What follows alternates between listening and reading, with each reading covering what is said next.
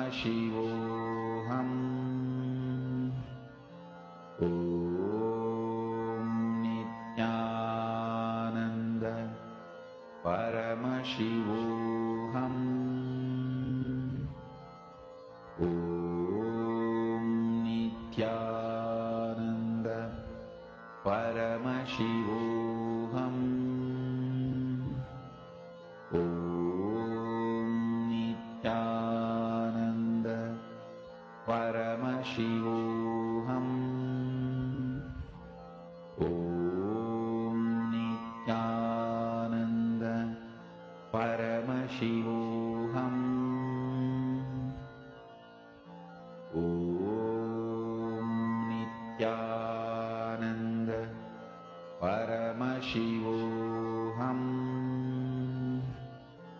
Om Nithyananda Paramashivoham. Om Nithyananda Paramashivoham. Om Nithyananda Paramashivoham. Om Nithyananda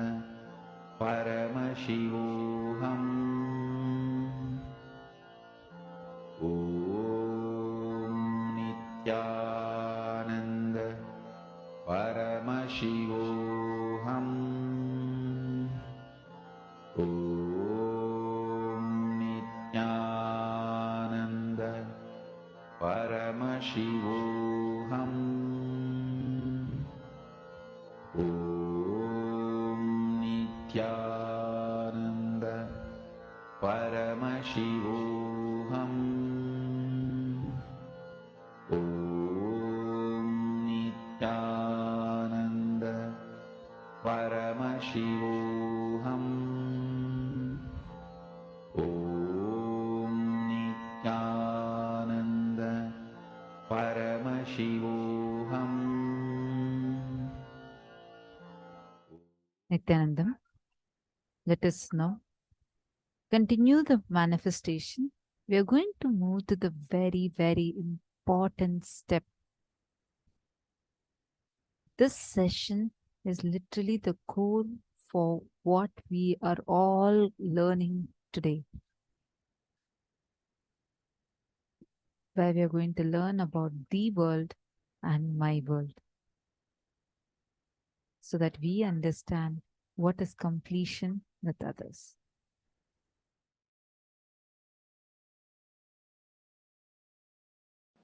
Once Ganesha and Subramanya, both of them have decided to have a challenge that who will quickly go around the world 3 times.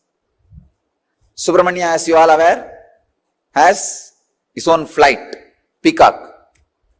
He just sat on his peacock, started flying.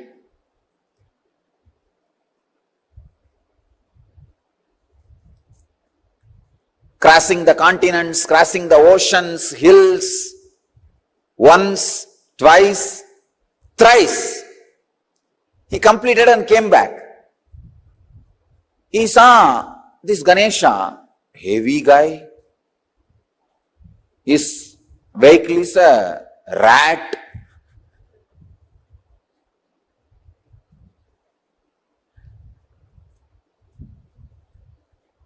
But this fellow claims he won the game by going around Shiva and Parvati 3 times.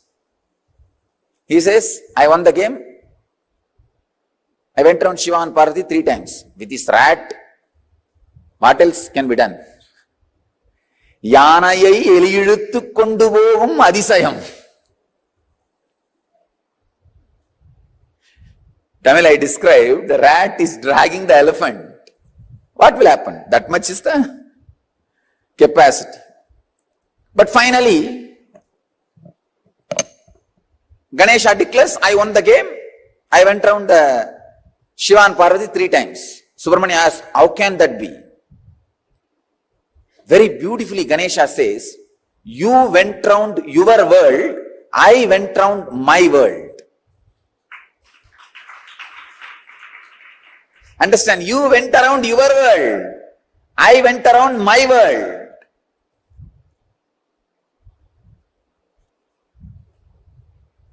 You went around your world, I went around my world.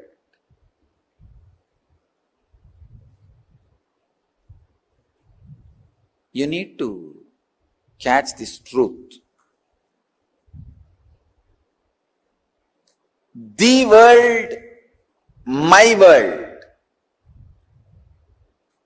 This is the sacred secret. The world is binary, logical, arithmetic, scientific, universal. My world is emotional, based on faith, beliefs, experiences of individual perceptions,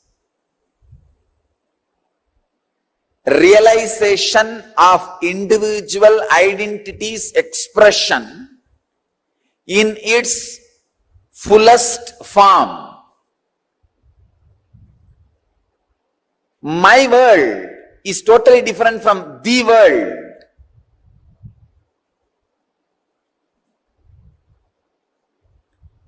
When my world is completely in tune with the world, you are a Jivan Mukta. When there is no conflict between my world and the world, please understand, people who are always going around the world are caught in agitation, anger, stress, rajas. People who are completely caught in my world sometimes can miss the world. Here, Ganesha is successful not just because he was centered on my world, he was centered on my world which was in tune with the world. He was completely experiencing my world, the Ganesha's my world and the world is one and the same.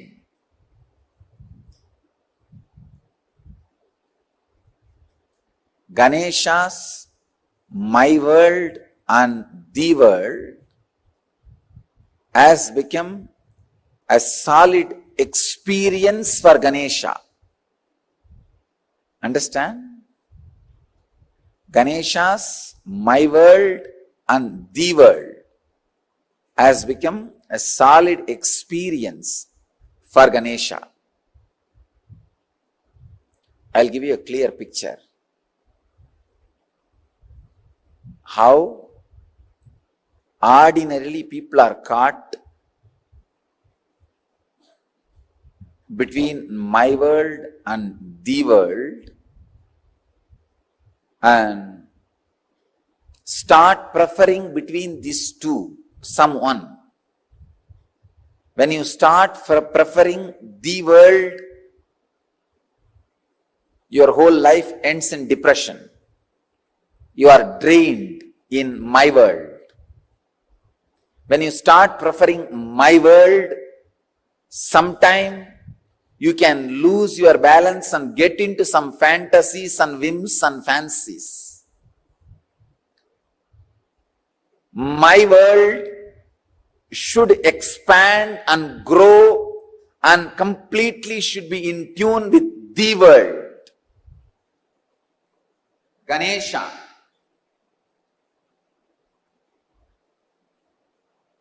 is my world.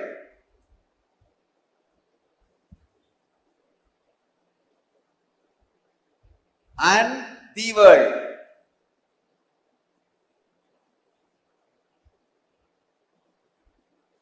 Both are in tune because Mahadeva, Shiva, and Devi. Please understand, Shiva and Devi are really the world, and Ganesha also experienced Shiva and Devi as my world. Please understand, they were really cosmos, and he is also experienced them as cosmos. So the my world and the world has fallen in tune as the experience of Ganesha. So he going around Shiva and Devi is literally going around the world. Even though he said he went around my world, in his case the my world is the world. Usually human beings who give preference only for the world become extraordinary materialists, but end up in spiritual poverty.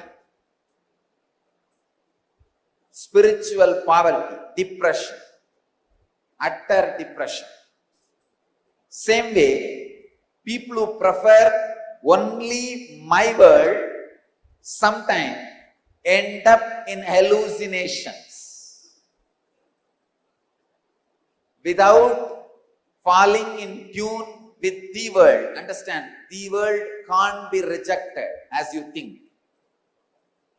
Misunderstandings about the world should be rejected. For example, fire is the world. Your fears and misunderstandings about fire should be rejected, not fire itself. You can't reject it. Its existence cannot be denied.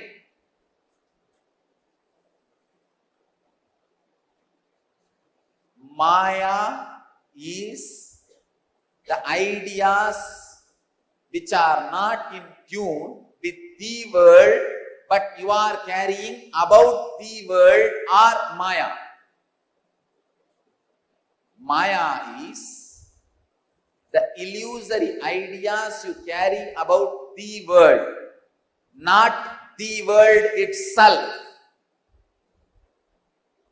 When you carry the right idea, when you understand the right ideas about the world, you will realize the world is made of the same stuff in which my world is made. Understand? I am giving a new twist. First statement I am making: the fire, earth, water,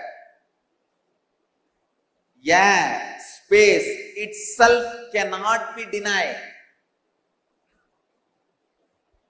Your wrong concept about it is Maya. But when your wrong concepts about it is removed, it loses the identity which you are thinking it is having.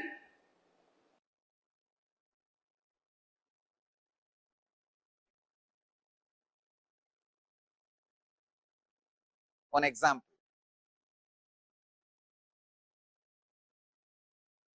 The fire. You have fear about fire. That fear is called Maya. But fire itself is not Maya. When the fear is completely lost in you, when you are in tune, suddenly you realize what stuff is a base material for you, same stuff is base material for that. You are in tune already. You can play with it, conquer it, go beyond it.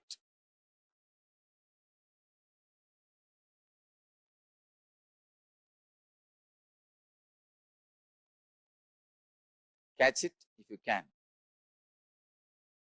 It's one of the very, very, very subtlest truths.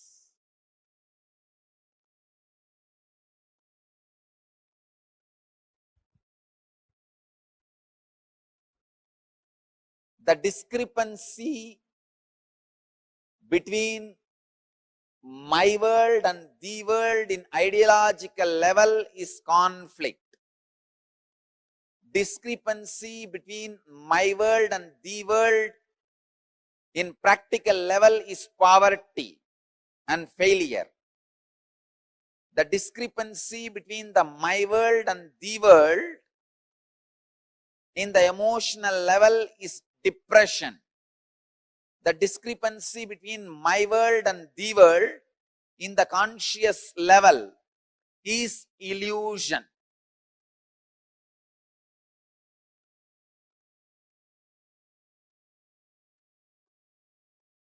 Next, Subramanyas. Muruga.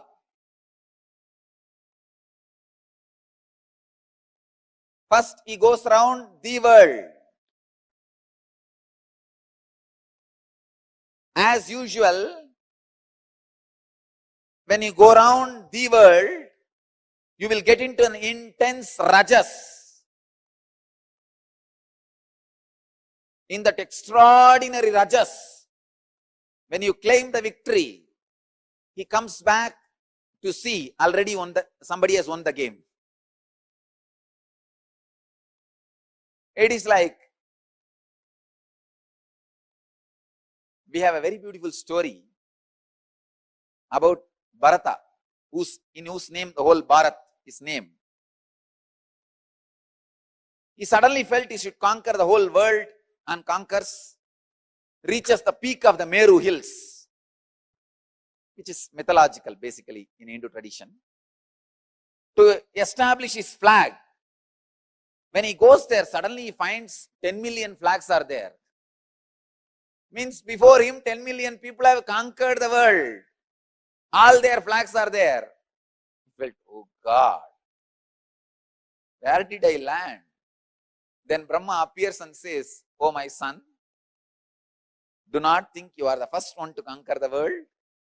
Before you, millions of Bharatas have come. Millions of conquerors have come. All of them have conquered this world and claimed it is theirs, it is theirs, it is theirs. For this period, you are claiming it is yours, that's all.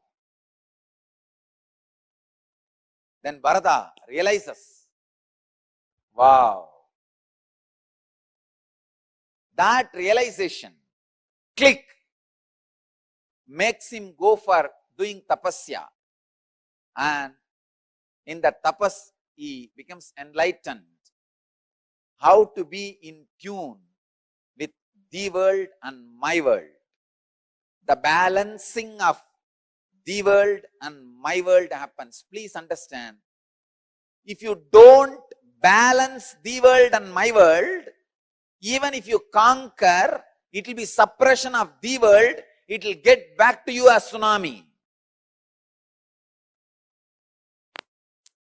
The materialistic civilization is conquering the world without balancing my world, which is leading to all ecological imbalances.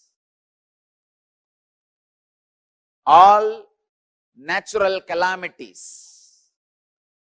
Here, just like Bharata, Muruga comes back after going around 3 times the world, sees Ganesha sitting contently, radiating, and that gives Muruga initiation. Click. So he goes to a private place, Parani, stays there and does tapas, by becoming a sadhu. He becomes a sadhu, leaves everything, goes there and establishes himself in my world.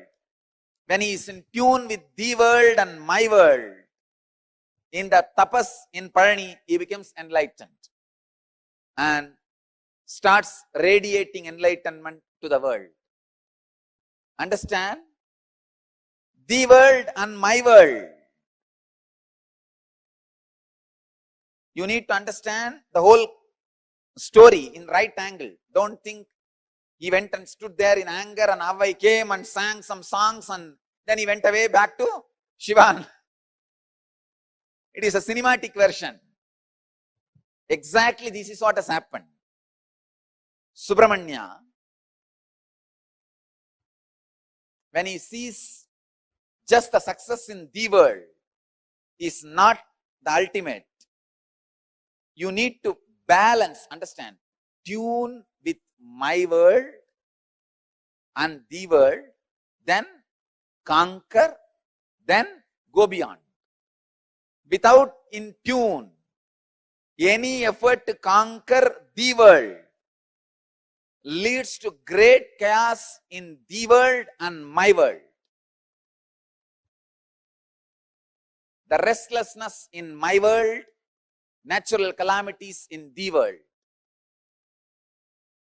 Extraordinary restlessness in my world reflects as natural calamities in the world.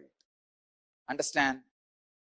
All the civilizations which is suffering with extraordinary attention to the world without balancing my world are suffering with too much of natural calamities.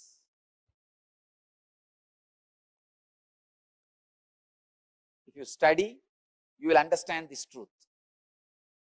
Natural calamity means the whole civilization is too much about the world. The balancing of my world is not happening. History should be in tune with mythology. Logic should be in tune with emotion. Facts should be in tune with truth. Binary should be in tune with zero. Understand? The binary logic, linear movement should be in tune with circular movement, logic based on zero. The Indian rishis were able to discover zero just because they were able to understand the secret connection between the world and my world. Only a person who can comprehend the deepest secrets of the world and my world can comprehend the power of zero. Zero cannot be mathematically understood. It is just a theory. If you want to experience zero, you need to make the world and my world in tune. Tuning my world into the world is the samyama you are expected to do to fall in tune with the elements, fall in tune with the nature by Patanjali. I think this is a very sharp truth, very sharp concept. If you just understand this one story, Ganesha going around and Subramanya going around, you will see, are you going around the world or my world? Are you too much centered on my world or the world? Second, is your my world is really in tune with the world? Is your my world is complete right experience of the world, and the concept you carry about the world in my world, are they your beliefs or experiences? If Ganesha was just believing Shiva and Devi is his world, he wouldn't have won the game. Not only Shiva and Devi should be the world, Ganesha should be experiencing it.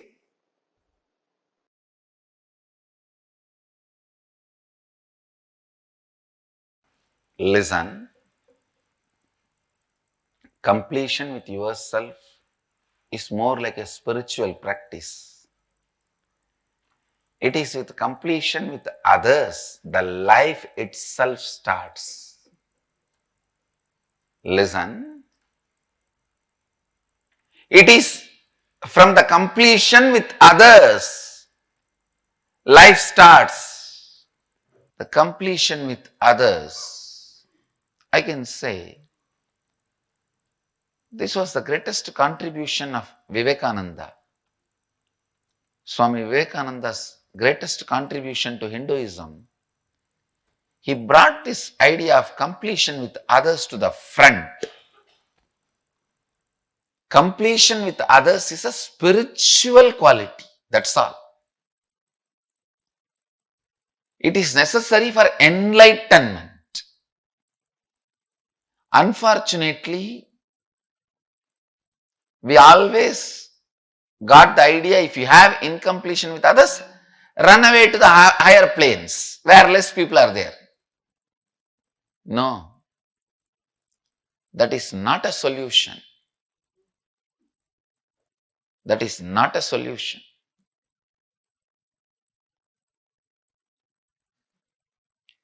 Completion with others is the basic necessity, the basic quality you need for enlightenment.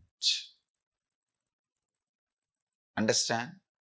People sometimes ask me, how do I know whether I am suppressing or completing?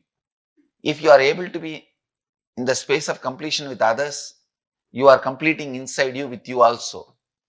If you are not able to be in the space of completion with others, then inside you are not completing with yourself, you are only suppressing.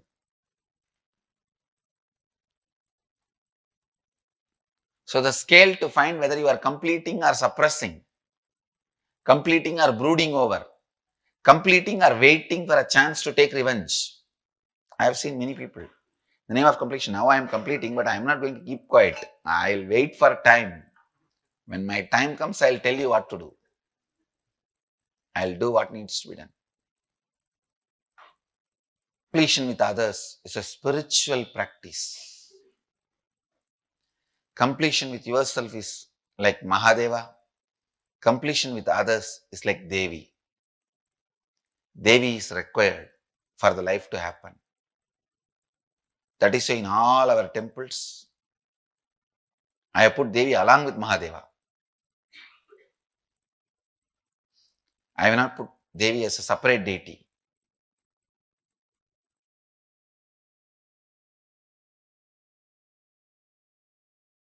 Listen.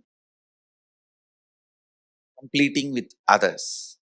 Others means not just only your father, mother, husband, wife, brother, sister. The human beings around you. We will start the completion with everything with which you are living. Your wealth, your health, your bag, your seed, your pets, your car, your house. Please understand, all these are living part of your life. They may be dead objects, but they are living part of your life. See, a house may be a dead object, but it is a living part of your life. How many of you understand what I am saying? It's a very important component of your life.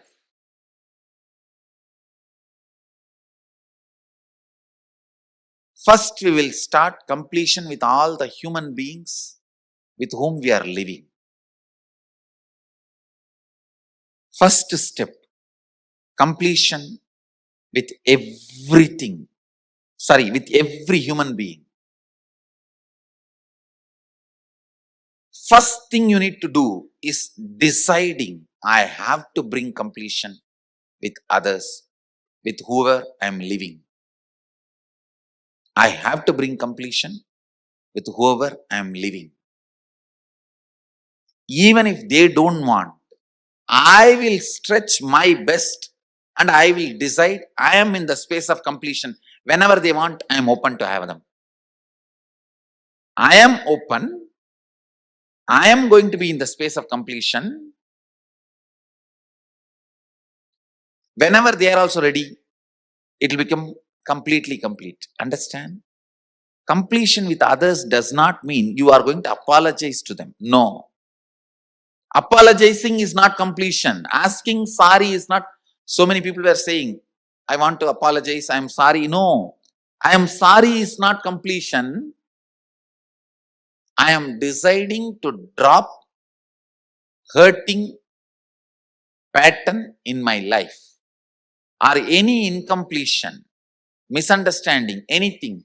I am deciding to drop and I am deciding not to bring them, not to give life to it again. See, past, you can't say you are wrong or you are right. No one can say you are wrong, you are right. It is not apologizing. It is not feeling sorry for the past. No.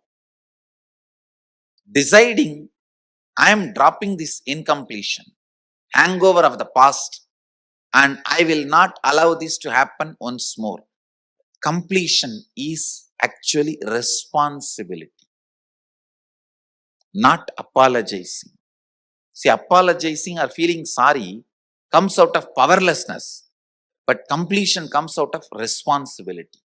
Understand the difference. Please listen, see the difference. Now when I am saying you need to complete with your mother, with your father, with your brother, with others, I am not asking you to apologize. I am not asking you to call them and say, oh sorry, oh sorry, oh sorry, bus bus. No. No. Feeling sorry comes from powerlessness. That is not completion. When you call, you explain, this is what has been perceived by me. Here, I am not interested in looking into you are wrong or I am wrong. That will only create more and more anger, hatred and suppressed violence. I am only saying one thing. I am ready to drop the past and its powerlessness, incompletion. I am declaring, I am dropping the past and I am complete. I don't have incompletion. And I will not create any incompletion anymore. Your decision and declaration, when it reaches them, you will suddenly see they also open up and start coming towards completion.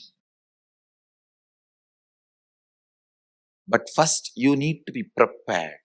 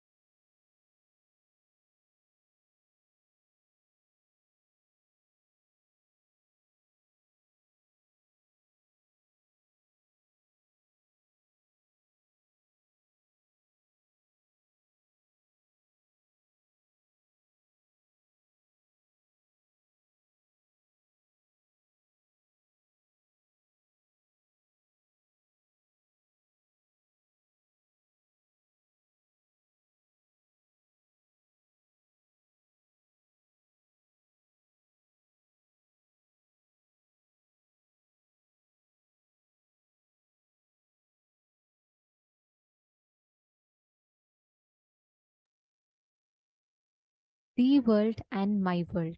Swamiji has so profoundly explained the difference between completion and apologizing. Many times we try to mend the relationships. Many times we try to change the relationships to experience completion for a certain experience. But here Swamiji has given a very, very beautiful and a very important revelation. How we perceive based on our incompletions, our my world, and declare that my world to be the world, and operate, make all the cognitions in life, decisions in life based on our my world becoming the world. How many of you understood these profound revelations from Swamiji?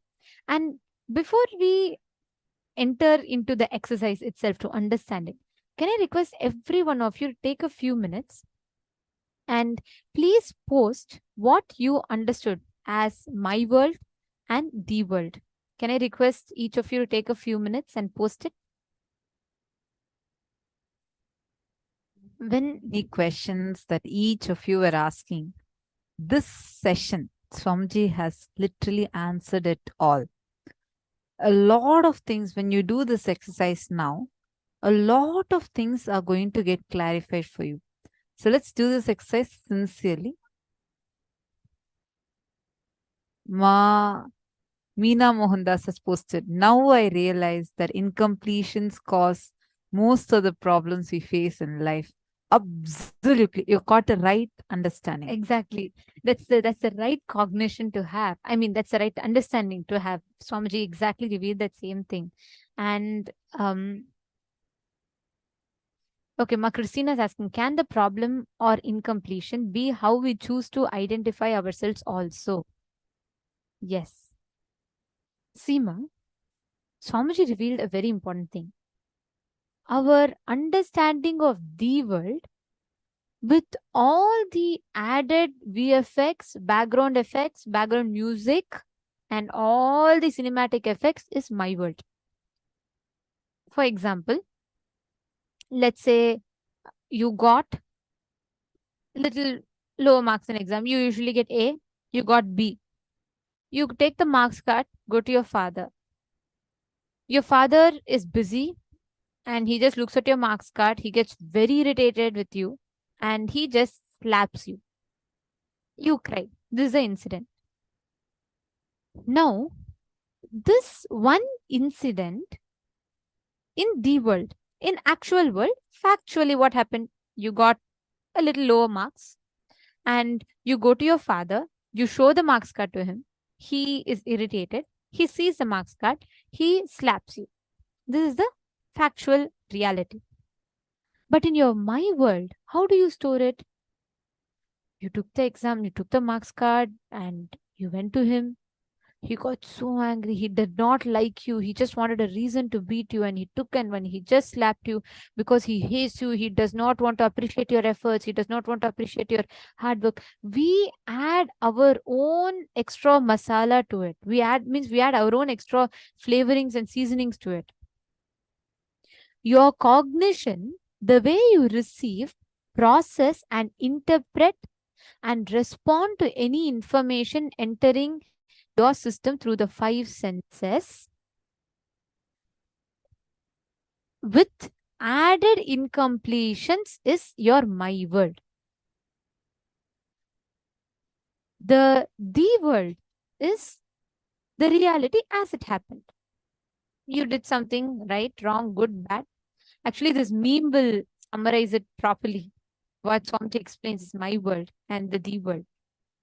If you see here, one person argues saying it is 6, one person saying it is 9.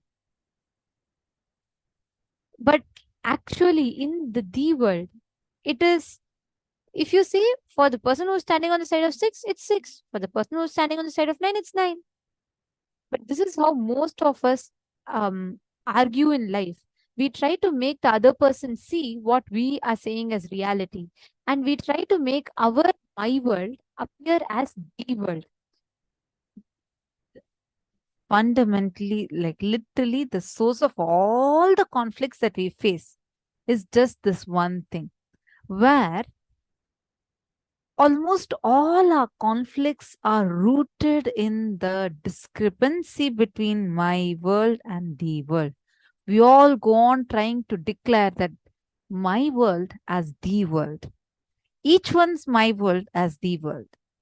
Now, in this exercise, we are first going to understand what is my world and what is the world. How are things occurring to us inside of us? How are things occurring to us outside of us? For this exercise, I request everyone that is there with us right now. I see many of you logged in. Can I request everyone to please come and sit in front of the camera? From this session onwards, it's too important. We do not want any of you to miss out on this. Please sit in front of the camera, and I request everyone come and settle down. I see some cameras on, but I don't see people in front of those cameras. So I request you all to kindly come and settle down And and most intensely importantly, listen to this session. And you're going to ask, if you have any questions, you can ask us, but make sure you are doing this intensely. most importantly, if any of you have your family members around, please bring them now, because this process that Swamiji is revealed, this completion process, will heal even 20 years of scuffles that you may carry in your relationships. 20 years of all the grudges in your relationship will be healed with this one completion process. It is extremely powerful. Like, nobody should miss this. So please, can each of you, if any of you have your some relationship that you really want to experience completion with, and you want to have a breakthrough in that, please bring them, and please make sure that you're having them here for today's program, so that you're not missing this extraordinary process that Swami is going to take us through. Not understanding something and you would like us to explain it to you again or slow down a bit, feel free to ask us. We will definitely explain it to you, but please make sure you're understanding this process and these steps clearly. Okay, I see a question from Ma Shailvi Shah. Ma, how do you know when you have successfully completed? What is the feeling like? In one of the chapter, Swamiji says that fulfillment in any area of your life leads you towards similar patterns or situations. If you don't complete, your soul will be drawn to completing those incompletions in this life and next. How to break this pattern? Ma Shailvi Shah. Where are you from? Thank you so much for asking this question. I'll definitely answer it. See, first thing, the moment you are complete with something, it will no more have an effect or a hangover over you. Very recently, I saw Ma Lohini Rajagopal, one of the Sarvanyapita Yajamans. She had asked this question. She said that she's attended multiple programs and she had completed with her root patterns and certain situations with her life. Like Swamiji had completed it for her. After that, whenever, even if she remembers, tries her best, tries to remember it, it feels like it is not hers anymore. And it's almost like a black and white movie and it does not have an impact on her. Understand that means you're completely complete with that. It'll be like you no more remember that anymore. The pattern will lose its power over you. See, when, for example, let's take the pattern of smoking. The first 2 cigarettes you smoke. The third onwards, the cigarette starts smoking you. The patterns take over you. But the moment you're really complete, the pattern loses its power over you. You become powerful. Sometimes you will even forget any such incident even happened in your life. That is the real space of completion. You won't even remember that, oh God, did I completed this or not? Then you're completely completed that. Just to add to it, Mama Shelby, see, I'll tell one experience of completion, okay?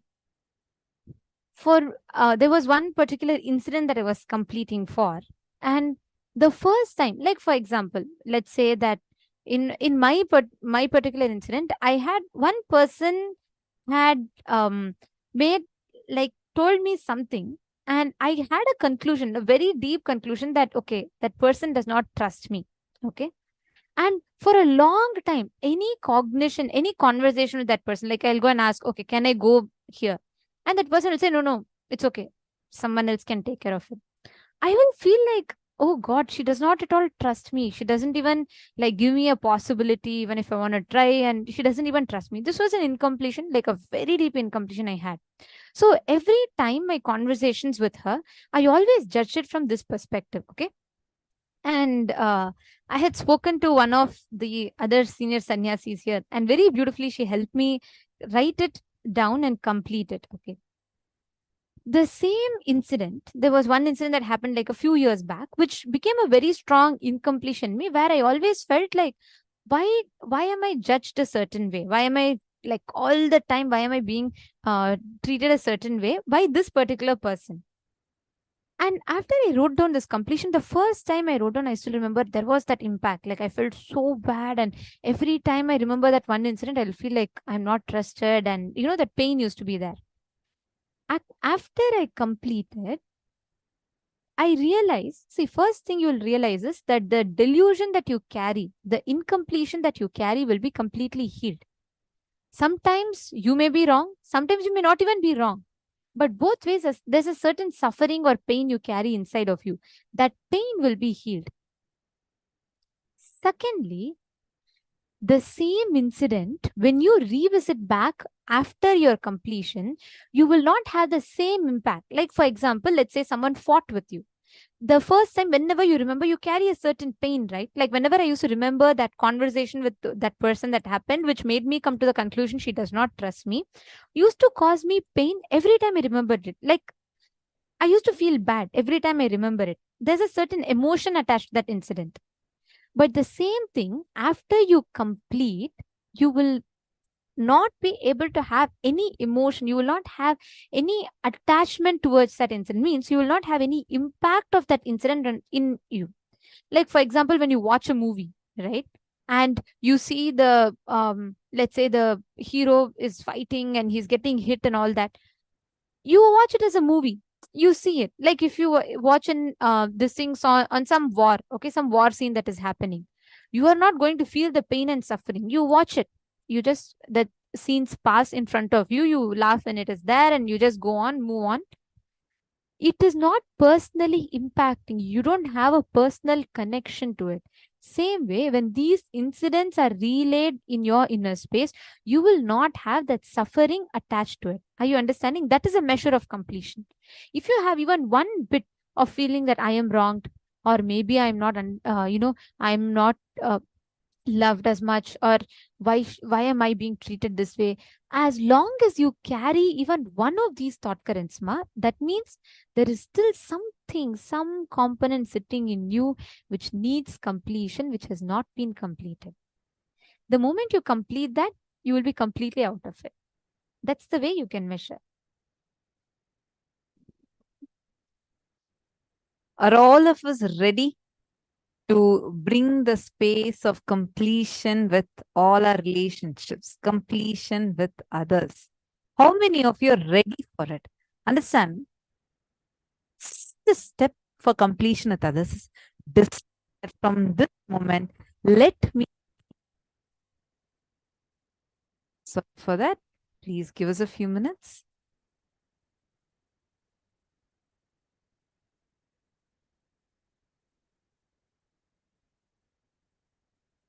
Step is deciding inside of you, let me be in completion from this moment. Taking that decision inside of you. That's the first and the most important step. Can I request all of you to first decide, I have to bring completion with others, with whoever I am living. Understand, this starts the completion with others. Whoever here in this program wants to start this, can I request all of you to first post in the chat saying that, yes, from this moment, I decide I want to bring completion with others in my life. Please post it.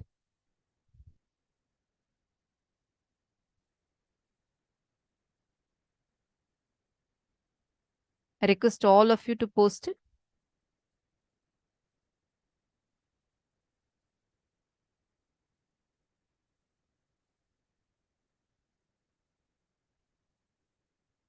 Who all want to bring completion with others in your life? Take a few minutes and post it in the chat with a full sentence. Very good. So now you all have taken this decision. Great. Now understand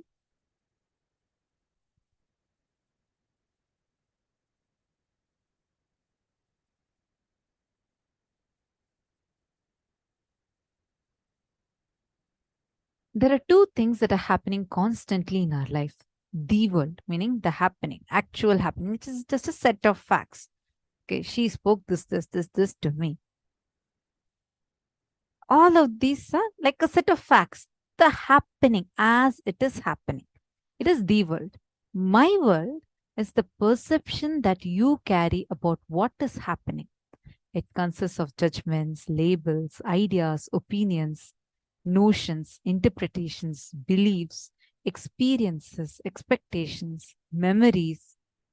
For example, your friend is talking to you and you think that she's purposely talking to me in this manner, trying to insult me. That becomes my word.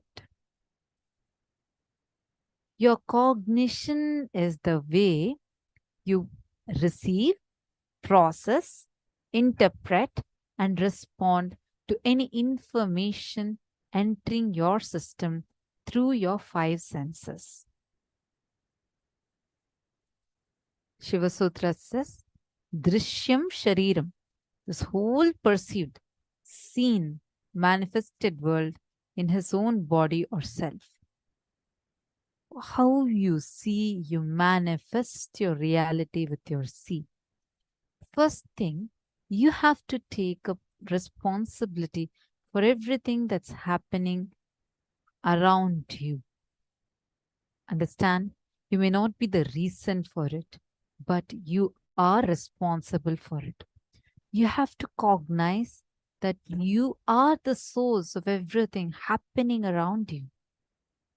Completion with others does not mean you're going to go apologize and going and saying, oh, I'm sorry, trying to patch up. Patching up is not completion. Understand? Apologizing or saying sorry is not completion. Completion is thinking, from this moment, I am deciding, let me drop this hurting pattern in my life. Any pattern, whatever you're completing for, deciding that from this moment, I am deciding to drop this pattern in my life and I will not give life to it again. That deciding that, taking that decision is completion. Understand, today morning we all were listing the Teamili members.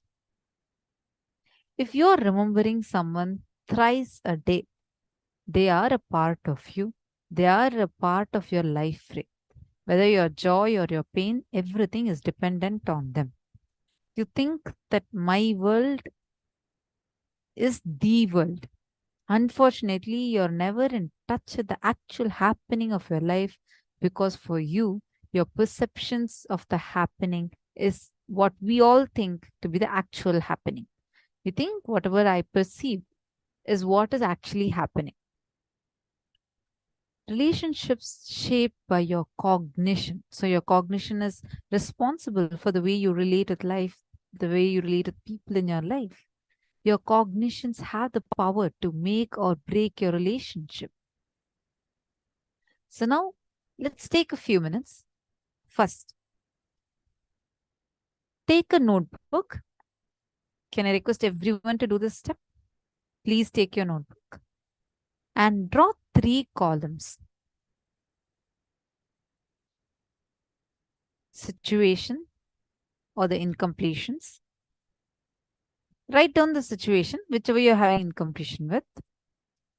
Write the world and write what is my world in that situation. The world is set of facts. Whatever has happened, writing it as it happened. See, even there, don't try to add a notion saying that this person is doing this for my good, or this person told me like this for my good. Even there, again, you're adding your own cognition. Don't add any notion. Positive, negative notions, don't add. Just write situation and as per the world, what had exactly happened? And my world, how did you perceive? Please start.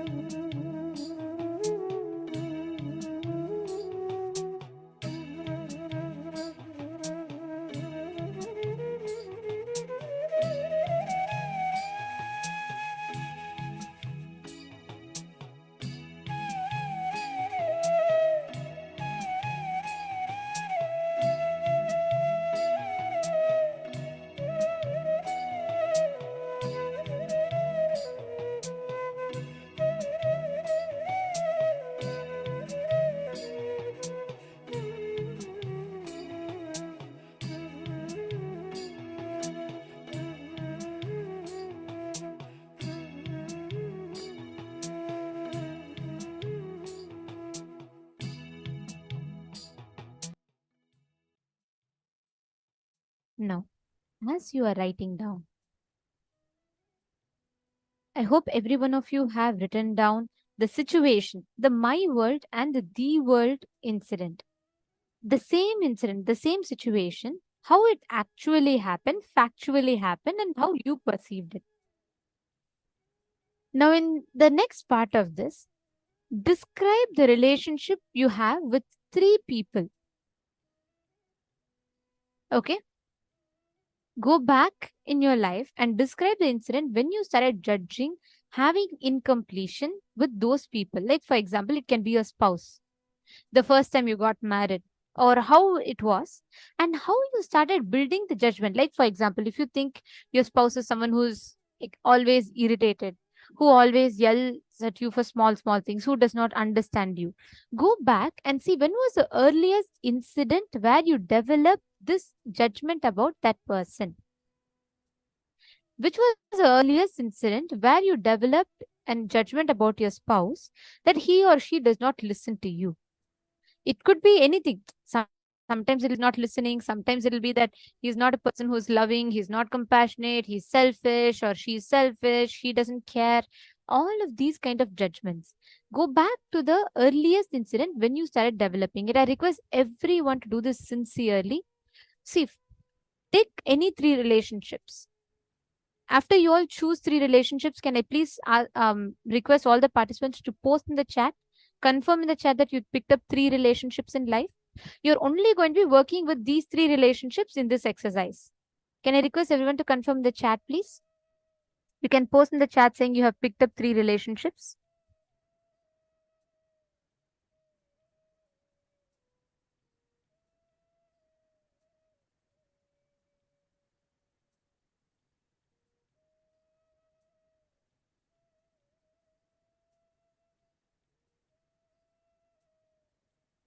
Just 3. If you all can please confirm that you have picked up 3. Don't pick up more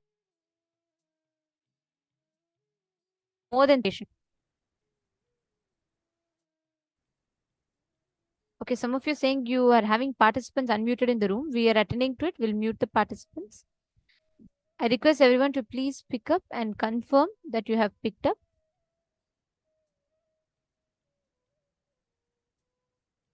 Okay. Now, those 3 relationships that you are going to write down the incident. First, you're going to write down what judgments you have about completion you have those relationships. For example, if you have picked up your spouse, what is the incompletion you have with your spouse? What do you have as an idea about him or her? What is the judgment that you carry? Can I request everyone to please pen that down?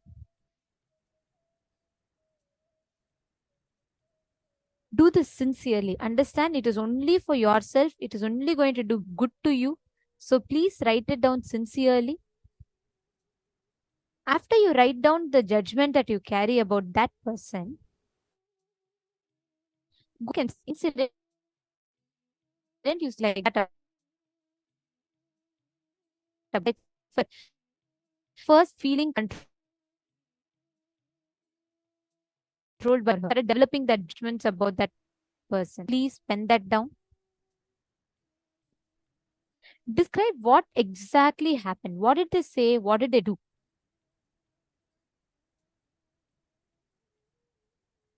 Please pen this down sincerely.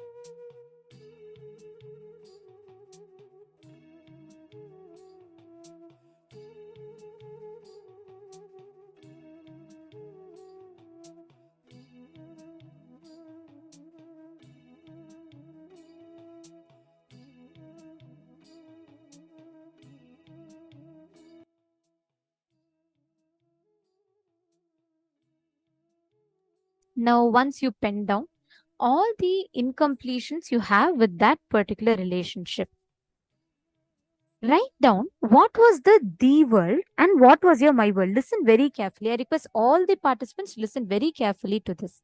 And if you all understood, please confirm to me that you all have understood. See, let's say you had you have an incompletion with your spouse, that you feel that your spouse is always very, very judgmental and they don't allow you to be yourself. You're going to write down what was the first incident which made you feel that way. What made you feel that your spouse is extremely judgmental of you? And what made you feel that your spouse is very controlling and he's not allowing you to do what you want to do, or she's not allowing you to what you want to do? And you're going to be writing down when was the first time you developed this judgment and why you feel that. Once you write that down, write down what exactly was the world. What actually happened? Let's say you felt like you wanted to do something and then your spouse denied and they refused to support you to do it and they wanted you to not do it. So you felt it was controlling. And that is where you started building the cognition that your spouse controls you. You're going to be writing down the world of the incident and the my world of the incident. Is there anyone who's having any question? Please ask, because it's a very crucial exercise and it's very important that you all understand it properly. So have all of you understood this step? If you all have understood, I request you all to confirm to me in the chat, please. And can I request everyone to be on the camera and do this exercise? Okay. Now please pen down then. Thank you for confirming that you all understood. So if this is clear, then please write it down. For this particular incident, in the example I gave, you can see that the world is what? The husband says no for a particular thing. But you feel that, oh, because he wants to control me, he denied me. That is the my world. But the world is, he said no. That's all. Like that, write the my world and the world. What you felt about it and what was the world. Please take a few minutes.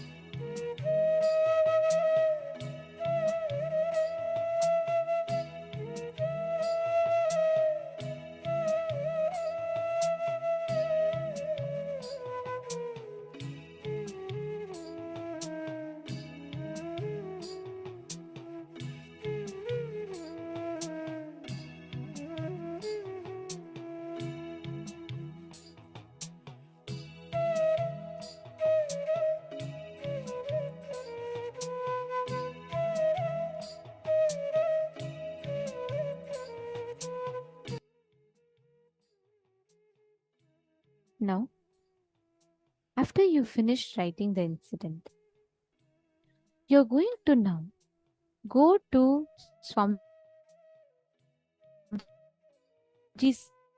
talking. Listen very carefully. You're going to be verbally talking to Swamiji's Atmamurti and expressing what you feel. You're going to be telling Swamiji, go to Swamiji, talk to the Atmamurti and tell Swamiji's Atmamurti, Swamiji, I feel this is what I feel, and this incident, it happened like this. I feel my husband controls me. I feel my wife controls me. I feel that they're very bossy, they're very dominating. Whatever you feel as an incompletion, you're just going to go and talk to the Atmamurti. See, don't just read it out. Talk to the Atmamurti.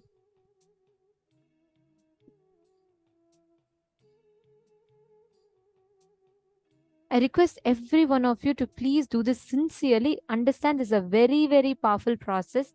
It will bring profound healing in your inner space. So please do it sincerely.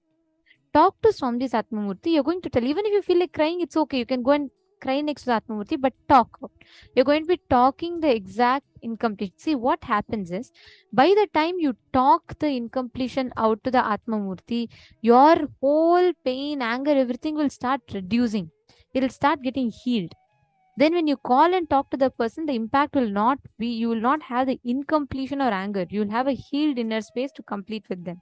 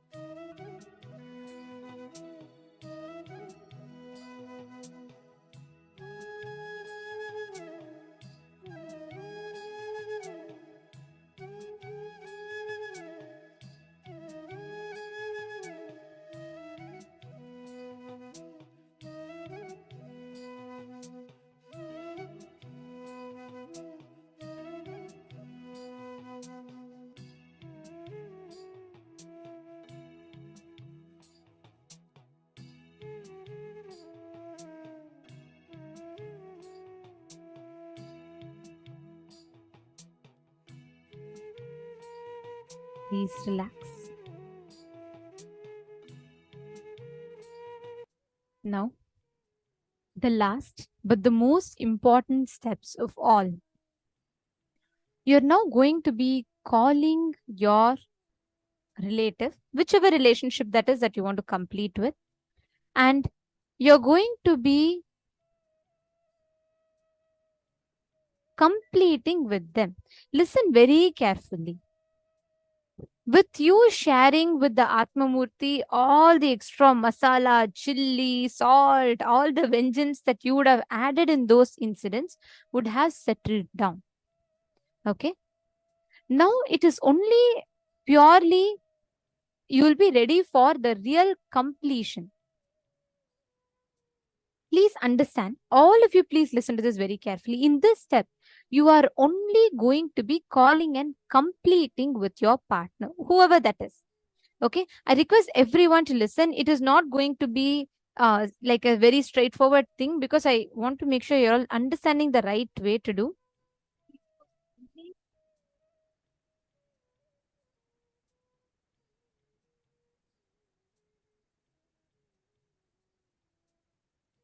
All of you to listen intensely. If you have any questions, any doubts, please make sure you ask. No audio. Sorry, just a moment. Nithyanandam.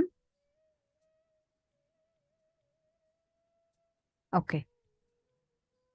It's fine now. Okay. Thank you, Mom.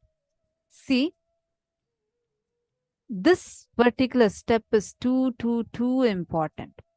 You're going to be calling and completing with them, because unless you understand it clearly, you won't be able to do it properly. So we request all of you, make sure that you are understanding clearly. See, first thing, cognize clearly, you are responsible for it. You're not going to pick up your phone and say to your spouse that, hey, you know what, that day when we had that argument, you were wrong. Or you don't need to say, I'm so sorry, I was wrong and I complete with you. No, neither the first one nor the second one is right. You are not going to, it's not about saying a sorry to them. Past is past. You are judging your past based on your upgraded, updated current intelligence. Have all of you finished the completion process, completing with yourself inside of you? Have all of you done that? At least for a few incidents, have you written and completed? How was your experience at that time when you did the completion? Did you feel the relief? Actually, you're supposed to do it 5 times for each incident. Understand? Right now, you all have done it once. Now, what exactly you're going to be doing, listen to this very carefully. Cognize that whatever has happened to you, you are responsible for it. You may not be the reason for it, but you are responsible for it. Let's say that you couldn't save your marriage, probably because of a huge conflict that broke out. Even if things were like with dealing with some trust issues. But whatever you faced, understand you are responsible for it. You may not be the reason, but you're responsible. What do we mean by that? Understand and cognize how this pattern that you're carrying, whether it is self-victimizing pattern, many times you spoil your relationship by trying to victimize yourself. You go on and on and on, all about how victimized you feel. And you want the other person also to acknowledge that victimization when the other person is also waiting for you to acknowledge theirs. Neither of this is going to work out. You're not going to be picking up your phone and saying, look, what you did that day, this, A, B, C, were all wrong things. You're not going to do that. Nor are you going to pick up the phone and say, hey, you know what I did, A, B, C, all of those were wrong. You're not going to do that or this. What you're going to instead do, you're going to call, explain to them that during that situation, because of this particular pattern which is inside of you, you perceived and cognized the situation in this manner. Understand, you're going to call and complete only first after you relive and complete inside you. Then you call that person, and then only you'll be able to do the completion with them properly. You're going to call, talk to them, tell them, it was my pattern that I projected it on you. This is the way. This is why I took it like this. I cognized it in this way, and I started this pattern in me, and I reacted in this way. Whatever is said and done, you see factually the other person, if, let's say a fight broke out and suddenly your spouse just hits you, and you feel so violated inside. You're carrying that suffering. He hit you maybe about 5 years ago, but still now that suffering in you is so deep that that whole relationship between both of you has becomes completely spoiled. Factually, he has hit you, no doubt, but holding on to that suffering, who's responsible? Even after 5 years, holding on to that suffering, who's responsible? We are responsible for holding on to that suffering, right? Even now, if you decide, you have the power to liberate yourself from that suffering. By reliving and relieving yourself from that pain, you can come out of it. How many of you are understanding this so far? Can you wave your hands if you're understanding?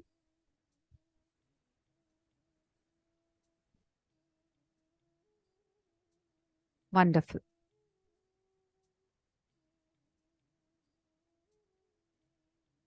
Adela Julian, yeah, I saw your message that you had joined late. You need to learn the previous process. Only when you understand about self-completion, the world, my world, you'll be able to understand this properly. See, now, all of us have seen what was the difference between the world, my world, where the gap was, right?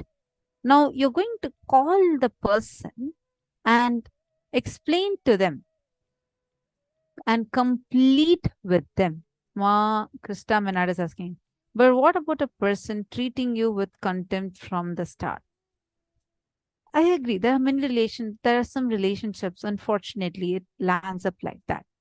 But even in those relationships, it is continuing to happen because you are allowing that. If you decide you are powerful enough, where just by your decision to be powerful, not to let that suffering to touch you, the other person will not have that power over you. Understand, only Swamiji says so beautifully, make your enemy powerless by making your enmity powerless. Understand? As long as you cherish enmity towards someone, only your enemy has power over you. When you just lose that enmity inside of you, your enemy becomes powerless. Same formula works even in relationships. As long as you're giving power to that particular incompletion, only when you go on having that incompletion, cherishing that incompletion, it will keep on coming. The other person will keep having that power to violate you. Because you say, yes, I will get violated. So that person goes on and on violating you. When the moment you decide to stop suffering, no more anyone else will have power over you. Are you understanding, Ma? Okay, Ma Vani Goyal is asking a question. If we were the ones who caused troubles and now we feel guilty about the way we behaved and aren't sure if the other person is still incomplete with us or not, sorry, is that an incompletion with yourself or incompletion with others? Ma Vani Goyal, Swamiji says, guilt is the original sin. It is like a stone sitting inside of you and it makes your life frozen. It just freezes your life. Understand this carefully. Whenever you are having guilt inside of you, you are not letting life to flow. You are not letting life to flow in you. Having guilt is actually a way society controls us. In childhood, your parents, then your teachers, and then the whole society starts in putting guilt in you to control you. So in some time, in a few years, you start putting that guilt on yourself. Guilt never lets you not repeat a mistake again. Understand this. We always think, okay, if I'm guilty about something, I will never repeat it. No. If you are guilty about something, you go on and on and on remembering it and go on cherishing it. So it becomes a part of your inner space even more strongly, and it only makes you repeat it. If you want to truly complete out of something, the first and foremost thing you need to do is drop that guilt. Why are you guilty? Because you are reviewing a past incident with your upgraded present intelligence. Everybody matures in life. You cannot judge yourself based on your current upgraded understanding and say that that was wrong for you. That may or may not have caused a wrong implication. It may have even broken your relationship. I'm not denying that.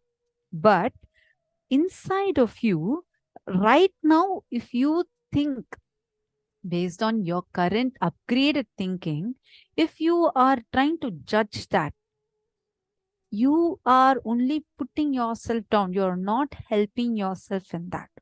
If something you think that would have caused hurt in someone, it's okay whether if that person is still incomplete or not. As long as that incident disturbs you inside of you, first, do self-completion with it. Second, call the other person, complete with them for it. You're not going to say, hey, you know what? Like probably, let's say you hurt your parents and you're so incomplete about the way you behaved with your parents, and you're having a lot of guilt and like heaviness to talk to them about it. By you holding that guilt, it is not that you're not going to repeat that mistake again, because as long as you hold that guilt, that guilt will trigger the same visualization which in a matter of days will repeat again in you as an action. Instead, drop that guilt, complete with yourself, relive that incident completely, at least 5 times. Then call the other person, explain to them about from what pattern you had operated and how right now you're deciding that you want to be in the space of completion. You're completing sincerely for the hurt that you have caused to the other person, and completing for the pattern that made you do that action. And commit to them that you will no more cherish that pattern.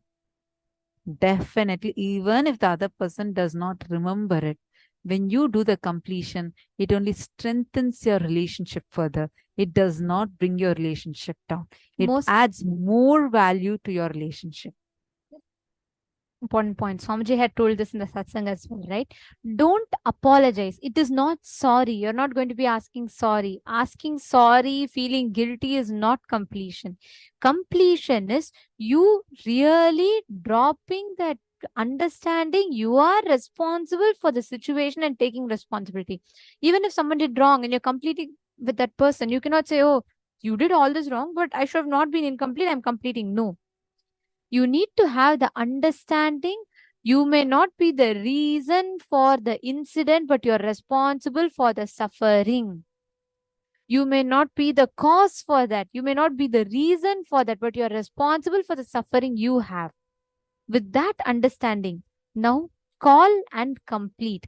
Are all of you clear? If you're all clear, please put yes in the chat.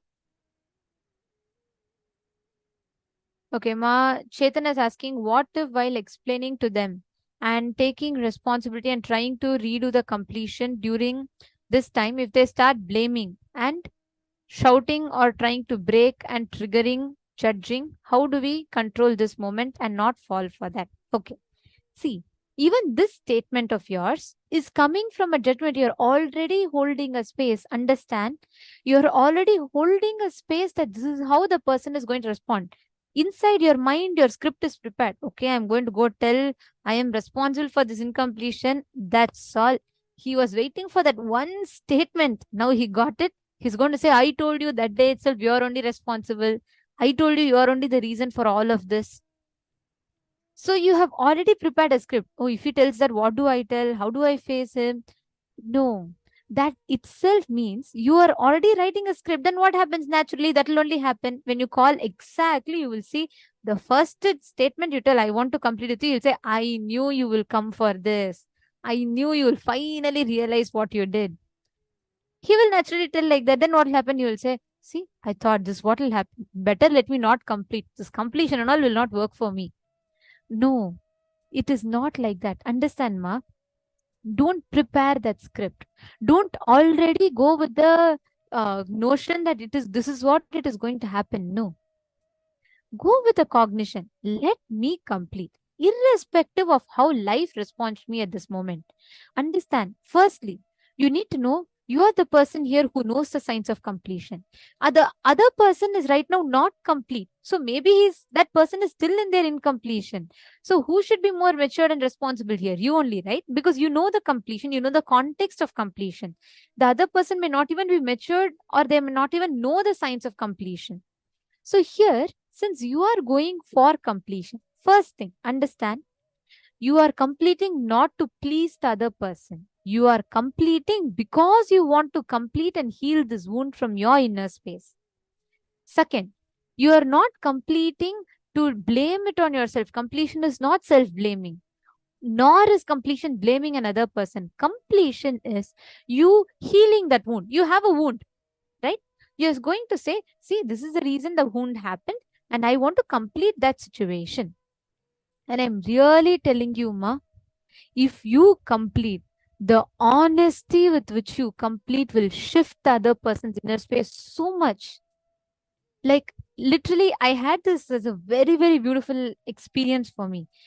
When one of the newly when I had joined Gurukul, I used to really have a lot of incompletion with one particular person, one particular teacher, I should say. Not even teacher, like a mentor who used to take care of us. And once only Swamiji told me that you're carrying this incompletion with her and you're not actually seeing what is a... Because I used to always feel like she does not understand me, or I don't know why she constantly has a certain judgment about me. But I'm telling you, nobody told me to complete. Nobody even spoke anything. I just went from the context of really completing. When Swamiji told me, I had a realization. And I really felt like, oh God, this should not be the thing. And I'll tell you, the day when I went to complete with her, the whole response, the whole conversation was so different, as if nothing ever happened at all. That morning only, it was like so, like, I had really a strong incompletion with her. But the moment I went to converse with her, it was like as if nothing at all happened. I was so shocked at it. But my context to complete was genuine. And it was so powerful. I still remember that one random person who had come for a program, like a very new person who had come for one of the program, looked at me and her standing and talking to each other. And she asked that other person, that Adinavasi, that is she your daughter? They said, like, the way I see both of you have so much of, friendliness with each other, I thought she's your daughter. Then I was like giggling inside me.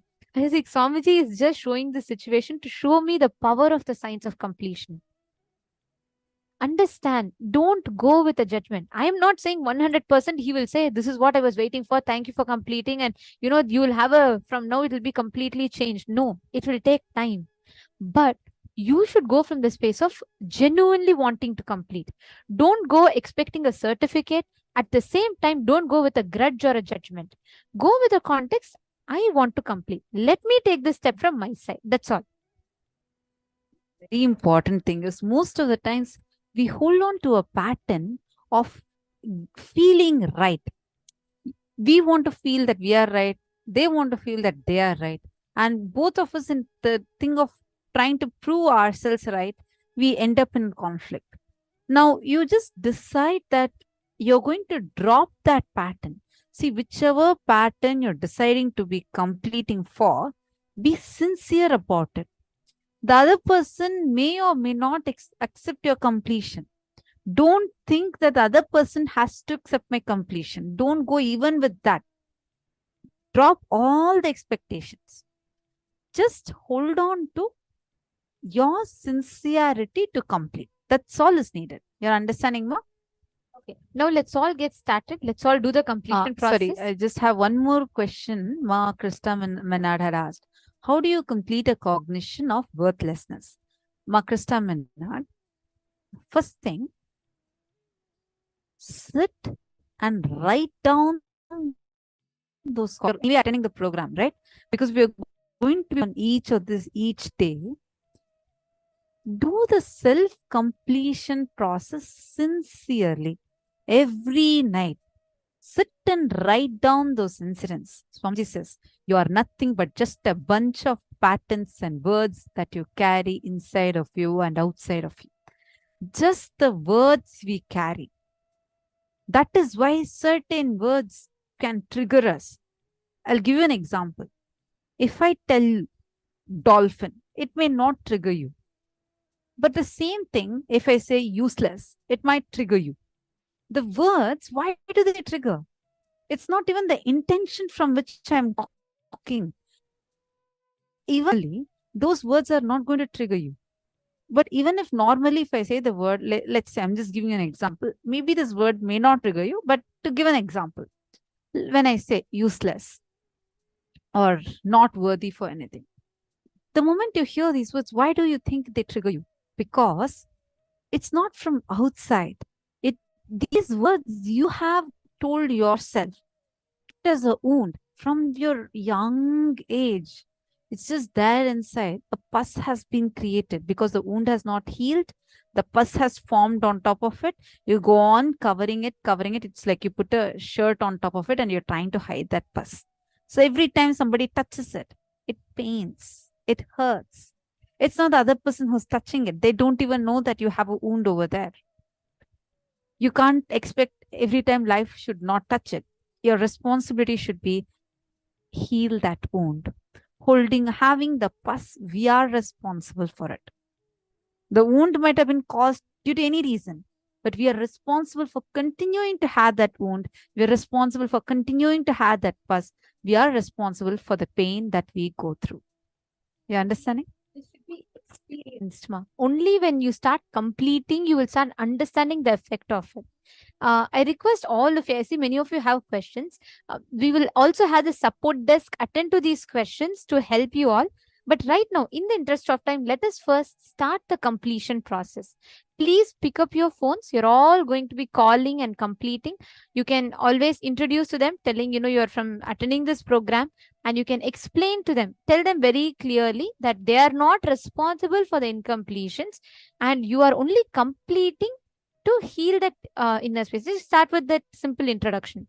Then the purpose of completion is not just to heal relationships. Your whole energy and consciousness will be different.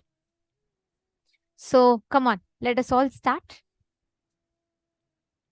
Please pick up your phones. I request everyone to do this. Do not miss this process. It will give you tremendous healing in your inner space.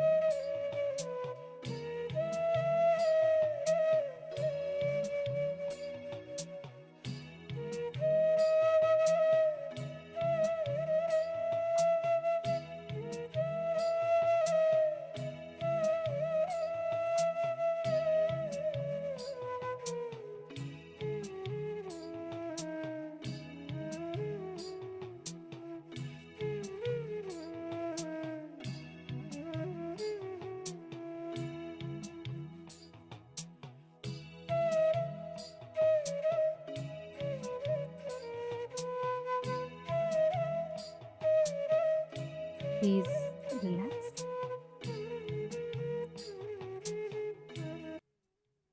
I request all the participants to please share how many of you have made the calls and how has it been so far?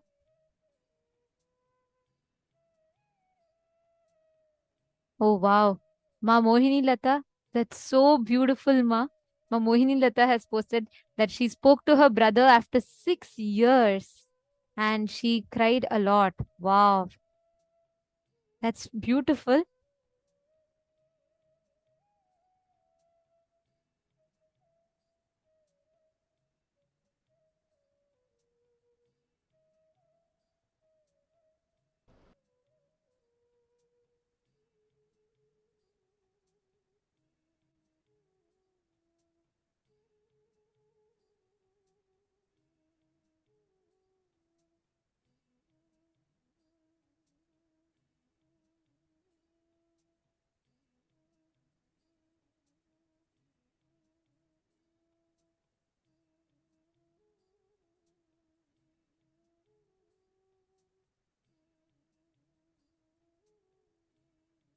I request, and how many of you are still making your calls? If you all could post in the chat, how many of you are still making your calls?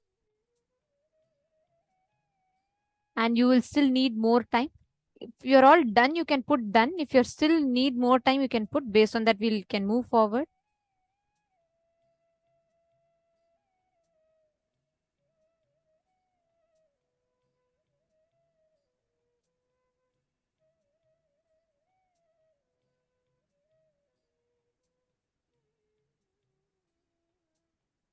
Whoever has finished, you all can post. And if you're still doing it, you would need more time, please let us know. Ma Chetana, did you call?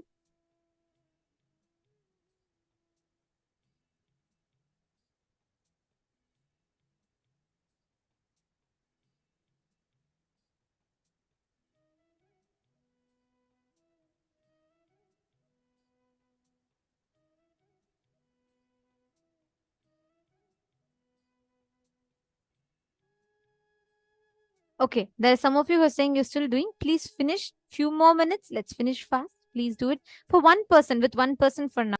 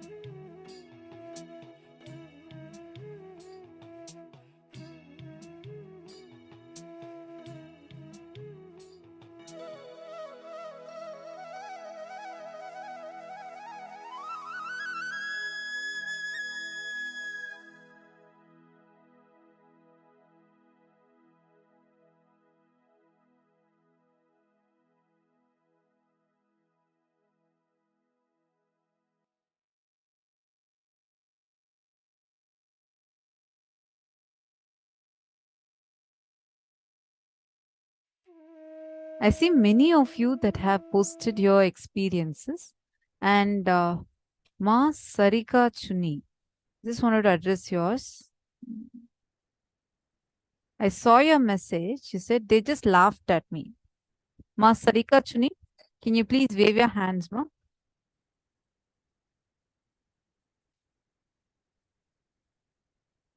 Ma Sarika Chuni.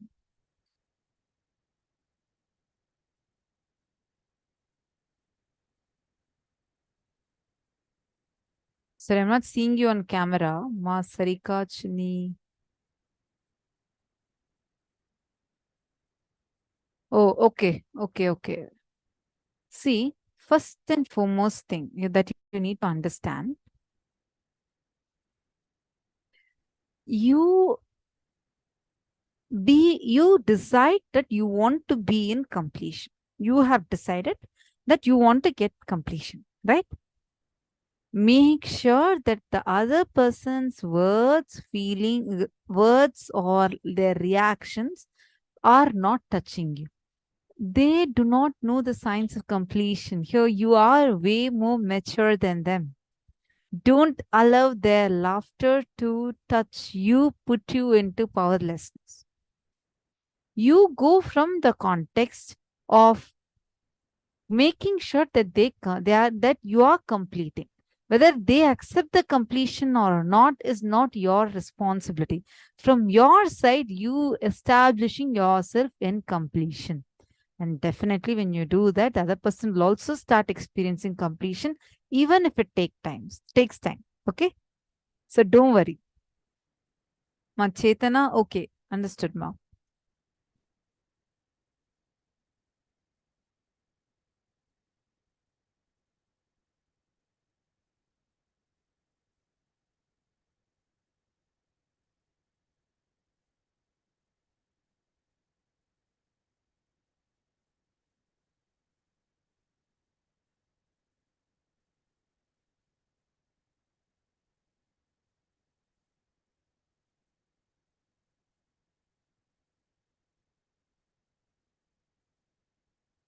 Sarju Pandit has posted, I did completion with my husband.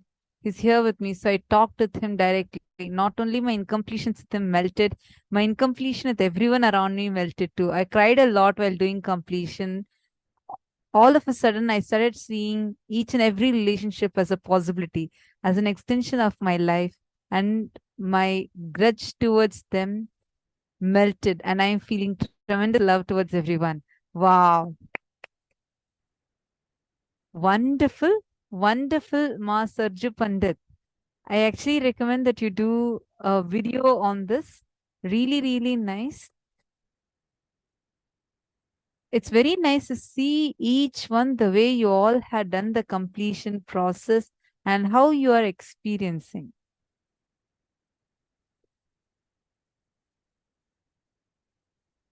Matanja Devane, don't worry. You sit and you do the completion. Don't bother about whether your son hung up on you. Don't worry. You sit, you focus on completion. It is just a matter of time. The other person will also reflect your completion. Okay? Don't worry.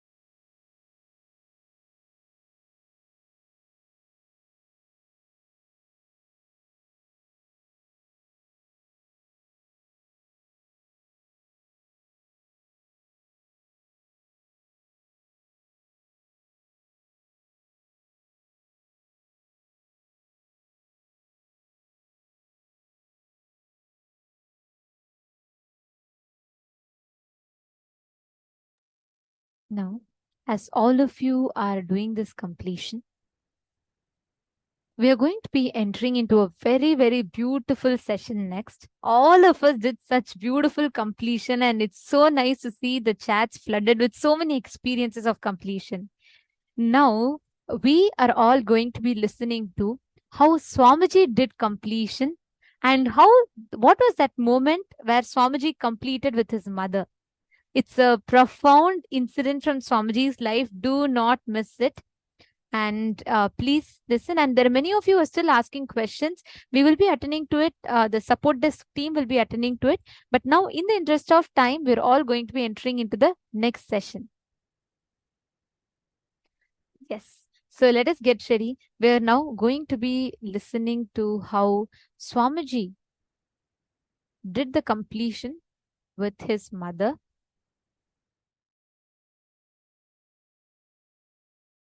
All great things can start only with mother. Only with mother. See, all our identity, whether you are in a deep sleep or waking state or turiya or turiyatita, we are all from mother and we go back to mother. It's only if the mother becomes active, you can get enlightened. Understand? Sadashiva is a state. Only mother holds the key. Sadashiva is a state, but only Devi, Adi Shakti, holds the key in her hip. Key is in the hip of the Adi Shakti. Only if she opens the door, you can experience Sadashiva. Sadashiva is only a space. It's only Adi Shakti who decides who will experience that space. Understand? Any incompletion you have with cosmic mother only. Because she is the source. If you are incomplete about the person who is sitting next to you, it is not about the person next to you. It's about the source of that person and you. Both. Mother. Cosmic mother.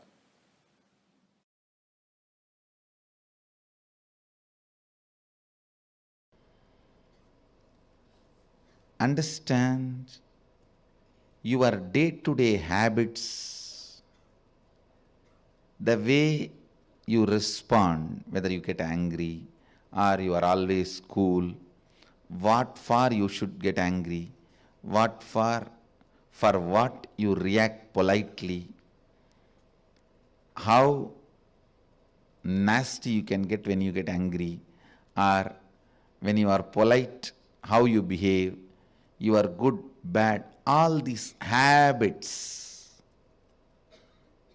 Understand the word habits are from Father. He teaches you. That stays in muscle memory. But how you cognize you,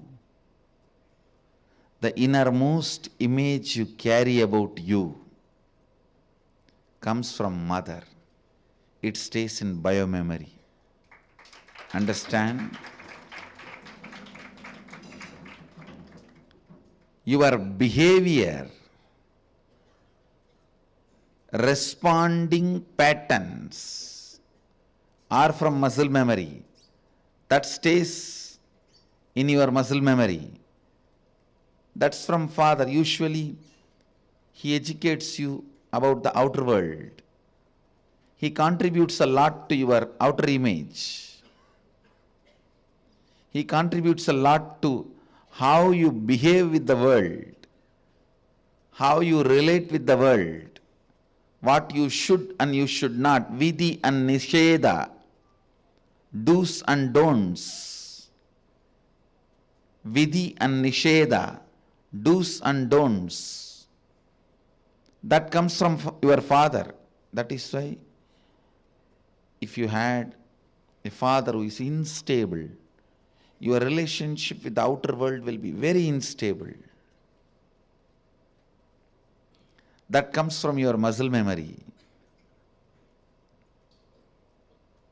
But the way you cognize you, your inner image, comes from your biomemory. That stays in your biomemory. completion with mother only can heal and complete your biomemory. Mother worship is the direct method. Understand? Mother worship is the direct method. That's the word I'll use. Most direct method to bring completion in your biomemory.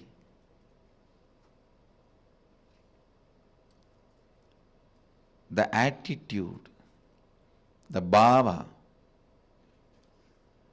which forms the basis for the way you connect with the life, with the world, the same attitude forms the basis for you to connect with yourself. Please understand, that is what we call karma in Vedic tradition. If you judge, you will be judged. Why, you know? Because the basis with which you relate with the world, the same thing will be the basis with which you will relate with yourself. Don't think when it comes to others you can utter the strong words.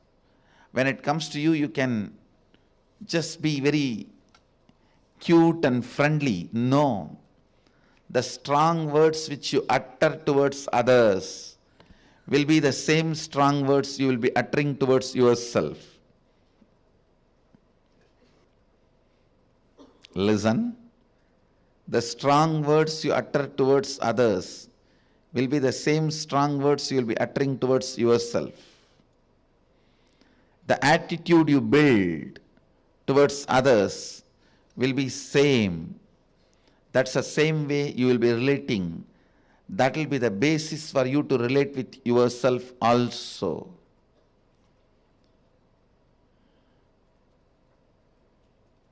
That is why I insist, bring motherliness in all your relationship with others.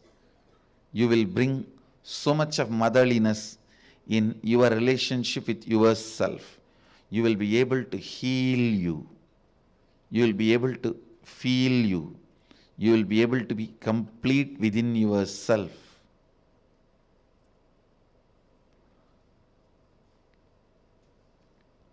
When you bring tremendous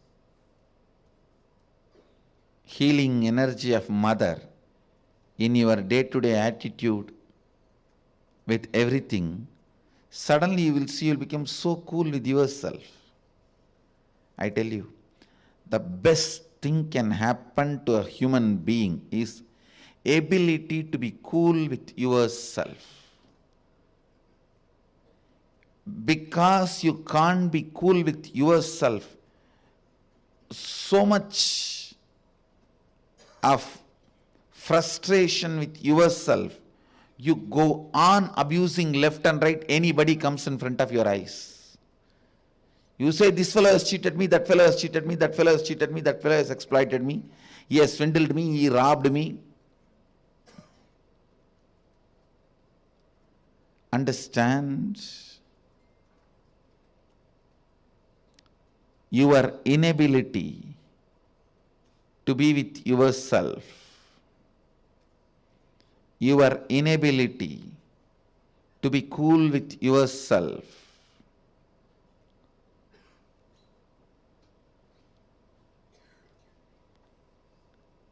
is the frustration in your system. I tell you,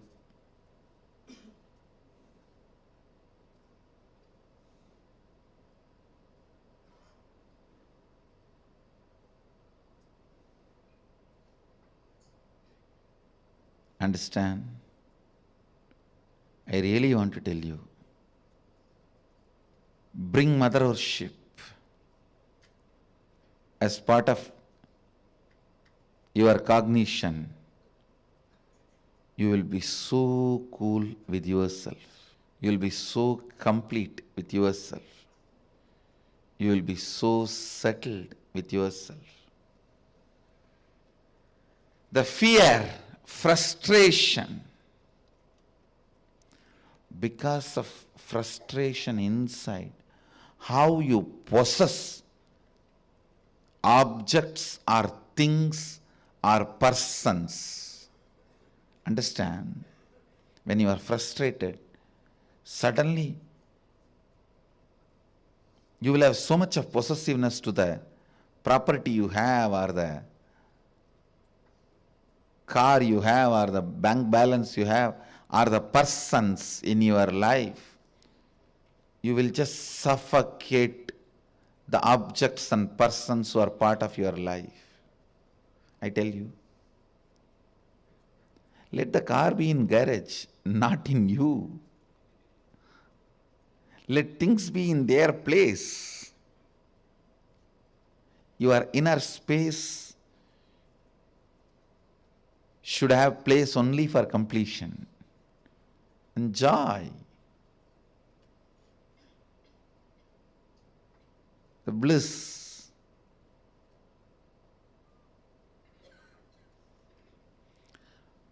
The moment you start cognizing frustration with yourself, the first thing you do,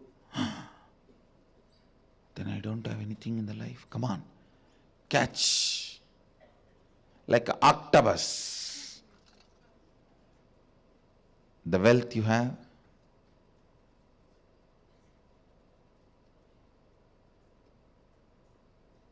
persons who are in your life,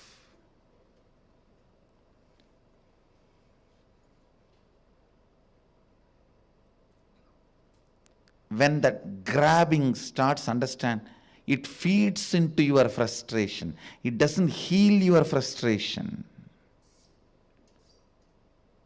I have never seen anybody healing their frustration by grabbing and possessing. No. It doesn't. It doesn't. Understand?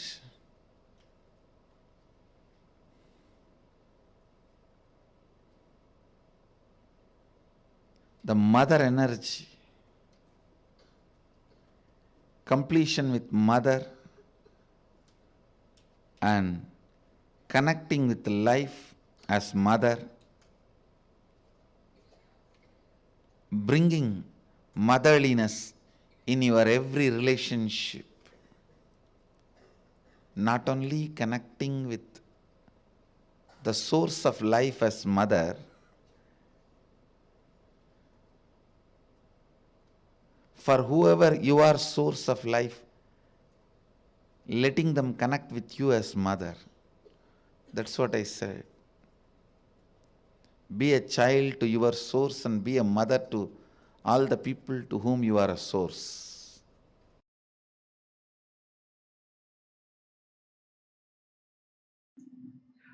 For example, love is related to your heart center. You may ask how. Around the world, in all the culture, in all the language, love and heart are used as synonymous. Love and heart are used as synonymous. Not only in English language, in every language. Any of you who knows some language in which the love and heart is not synonymous? Can tell me. Because more than 50-60 language I referred, in every language it is synonymous. Love and heart, two words are used as synonymous. It is not that God has created the all languages in one day, CD translation packages, and dropped in one country. No. Every language is developed, different languages are developed by different person in different place, in different country, in different situation. Then why love and the heart, these two words are synonymous in all the language, in all tradition? There is some more deep connection between these two, love and heart. If you see some of your childhood friend, suddenly, surprisingly, you see him or her after 20 years with whom you have a loving memories. Suddenly you will feel something is happening in this region, something will be coming up. That is what is love. Many people come and tell me, Swamiji, the moment I see you, I start weeping. Many people weep, oh again. Some weep out of love, that is different. When you see somebody with whom you have loving memories, cherished memories, joyful memories, just your heart overflows. You can feel exactly in this region something happening.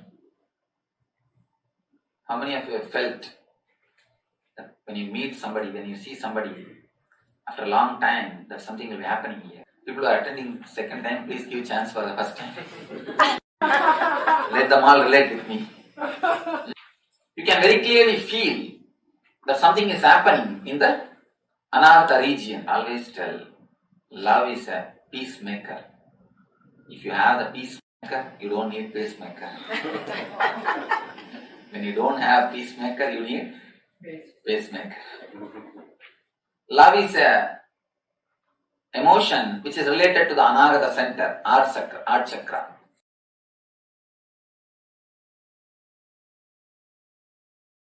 Any root pattern you carry can be destroyed just if you have a love for people. Decide to go on enriching everybody who is happening in your life. Decide life is for others. It may be your father, mother, brother, sister, a person in the street, unknown co-passenger in the train, whoever is in your breathing space, life is for others.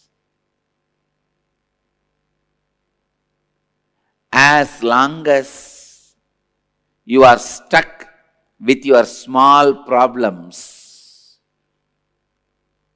you will see poverty is sitting on your head. As long as, I tell you, there are so many people,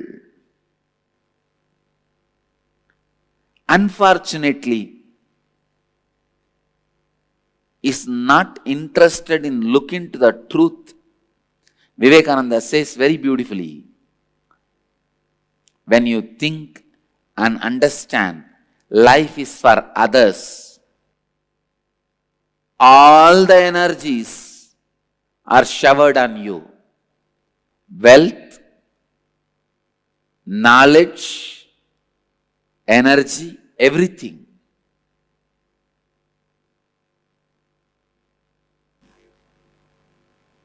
I tell you from my own experience, when I decided any wealth comes around me is for others, cosmos showers me more than what I need and more than what I needed for even doing the work I am doing. Same way I decided, all my knowledge is for others. I am not going to keep anything secret for me. I am not going to keep anything for me. Oh, if I tell everything to my disciples, then they will grow more than me. I am very secure about that.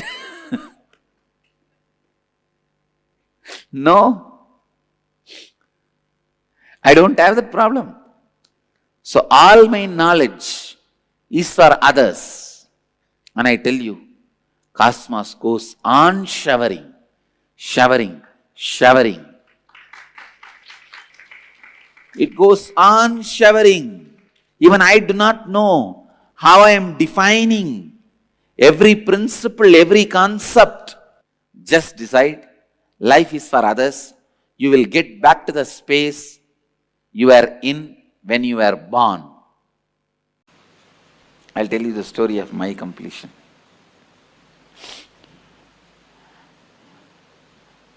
See, when I left the house, I think it was 17 and a half. Many times I ran away from the house, and 17 and a half, once for all I ran away.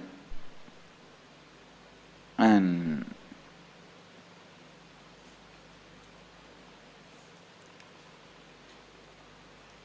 I think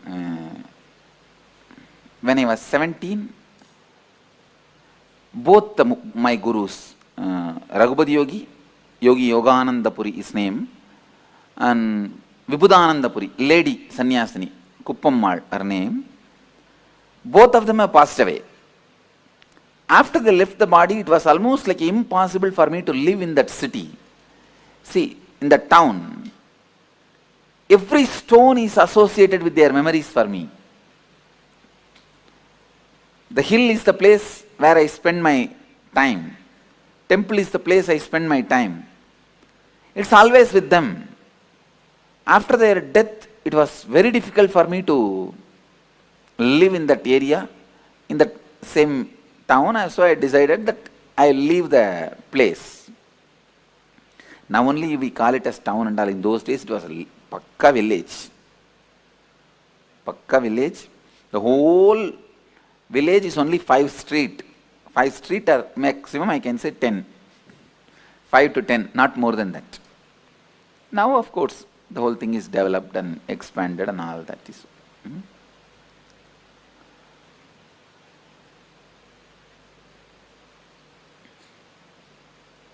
I could not live in Tiruvannamalai, so I decided to leave the house. I had the darshan of Ramakrishna suddenly, so I decided to go to Ramakrishna Mission and sannyasi. But I know very clearly I am not going to stay in their organization. I may go and receive sannyas and continue my yatra. That was my decision, my thinking, hope. So one day, it was a Sunday, Saturday night, Sunday morning, I saw very vividly Ramakrishna and Sharada Devi appearing, and they appeared, and I asked Ramakrishna, please initiate me. And he smiled and said, showing Sharada Devi, she is the specialist in all this. And I told Sharada Devi, you initiate me. Then I saw very clearly she put her hand on my head and both of them entered into my body and disappeared. So I decided, it gave me a lot of courage and strength to take up sannyas, leave the house. I can say that this was the immediate reason. So I decided I am going to leave the house. And after the decision, I was in the temple thinking. After this dream, I went to temple and whole day I was sitting and thinking. Even next day I was sitting and thinking what to do. Wednesday, Monday, Tuesday, Wednesday, third day, evening I came to my mother. I sat on the door frame. She sat one step below. If any of you talk to my mother, you will understand. Sometimes people ask her, what's the difference you find Swamiji as your son and now? Even I asked her once. She says, I don't find any difference, Swamiji, because even in those days we treated you like this only. We treated you like this only. She will never sit equal to me. And one step below she was sitting. And I was very close with her. Very loving, and I never had any hatred. Very loving. Many times, when I get time, I will go and sit in kitchen with her. She will be cooking, I will be sitting and telling some stories. Had a very friendly relationship with her. And literally, till I left the house, I'll always be sleeping next to her.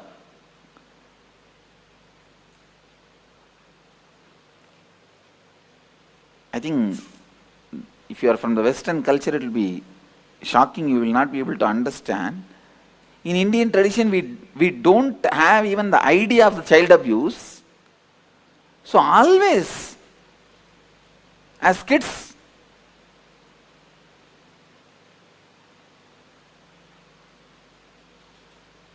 I think now when I listen to the stories, I understand that nowadays, even at the age of 10 or 6, 7, even much earlier, the kids are made to sleep separately.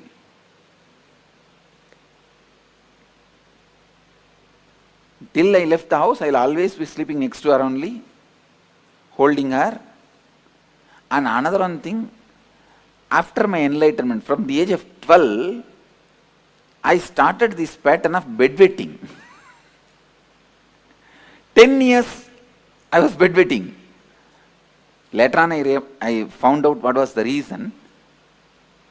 The kids will have bedwetting, you have heard. But when I was a child, it did not happen. At the age of 12, it started. See, after the enlightenment, every night, the consciousness falls into samadhi. So the message from bladder to brain does not go. That bladder is full and brain does not act. It's in some other state. So I don't get up. Every morning she has to get up and wash the sari and dry the bed in the first floor. It's a routine, but she won't complain even a single day. Single day she won't complain. So I called her and said, I was sitting and I said, I was looking away from her, not looking at her, looking away from her and said, Mom, Swami is going to become a sannyasi. I won't address as me. Only recently I started using this I and me. If you see even my earlier discourses, you will not see anywhere this I and me. It's Ramakrishna style. And only very recently only I started using I and mine. I, me, all these words. Otherwise I will tell only Swami. Swami. Even to tell about me, I will tell only Swami. So, if you talk to our Gurukul kids, even they will not say I and me.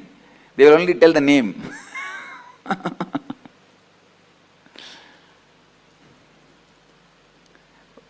Because I am talking to people, otherwise people get confused. If I go on telling the story, Swami, Swami, Swami told, Swami did, Swami this, then finally they ask which Swami.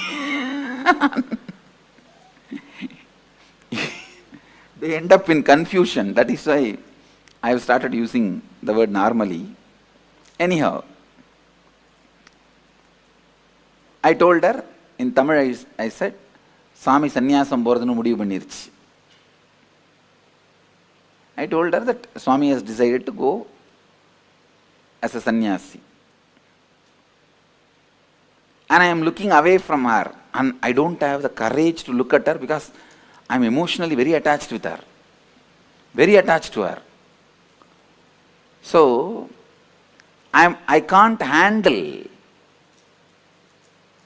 So I was looking, my eyes were away. See, even though I was attached to her, I was complete with her. And I was complete with me. So it did not stop me going towards sannyas.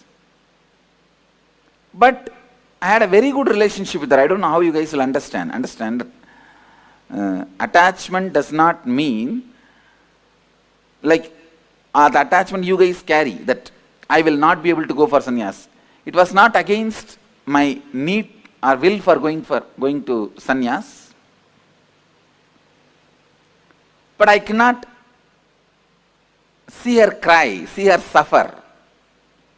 So I was keeping my eyes away, looking away from her.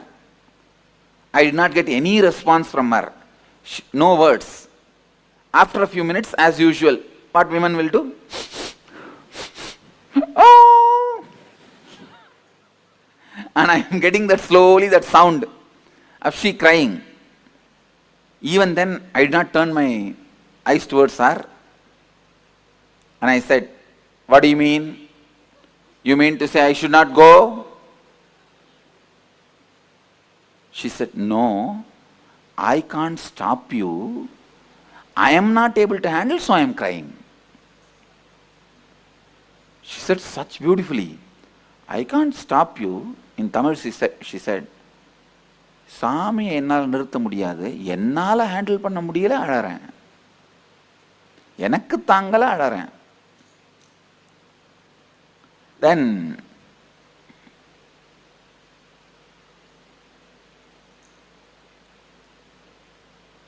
she hugged me, and usually I am a very I will be so happy and comfortable with my mother. Even while I am sitting in the kitchen, I will be only putting my hands on her shoulder and talking. I was very comfortable. So I will never miss a chance to hug her. This hugging, I think, I learned from my mother only. Now I tell you really, if you are complete with your mother, all women in your life, the relationship will be so complete. If you are complete with father, all men in your life, the relationship will be complete. I was so complete with my mother,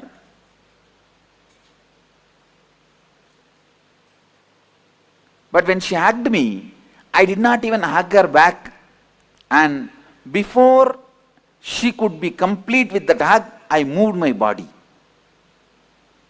She understood, I don't want her to hug me now. She understood, I'm moving out. She just took her hands off and she moved, and she was wiping the ears and crying. Immediately my father came from behind and said, my father was actually shouting at my mother, did you disturb Swami in some way? Why is Swami suddenly telling he is leaving the house?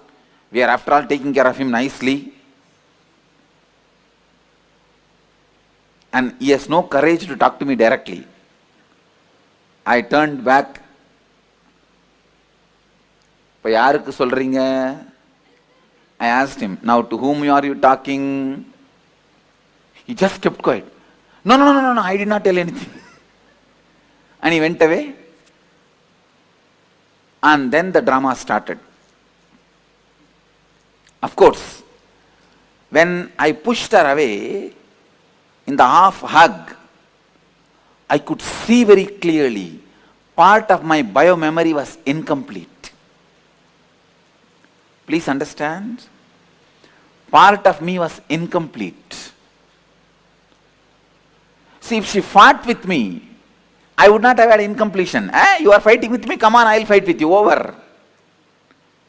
She never fought with me. So I could have allowed her to hug me, means I could have done a little more care, with a little more sensitivity, with a little more love, because she is not asking me, don't go.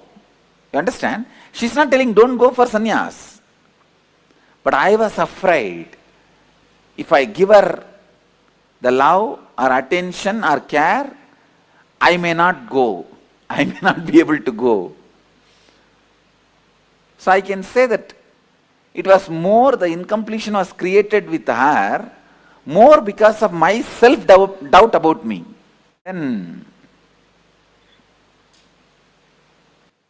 finally, next day morning, I can see the whole village is in front of my house. It's a very tight-knit community, small village, tight-knit community. I can say it's one large family, that's all. The whole village. At least that whole area. I've seen in those days, in every house in the puja room, there will be one old man's photo. I asked my grandmother, who is this Swami? She said, no, he is your grandfather. I asked them, why his photo is in every house? She said, for all the house, he is the grandfather.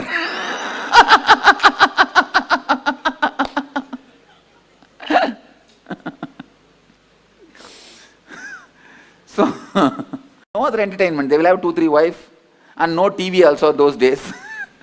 This is the only entertainment. Each house will have half a dozen to dozen. Zamindar means landlords. And I have seen the original house was 80,000 square feet. But when I was born and a lot was sold. They will part by part they sold. But the original house print, I saw in the town plan, still one small bit is there as it is. I am trying to buy, these fellows are not giving me.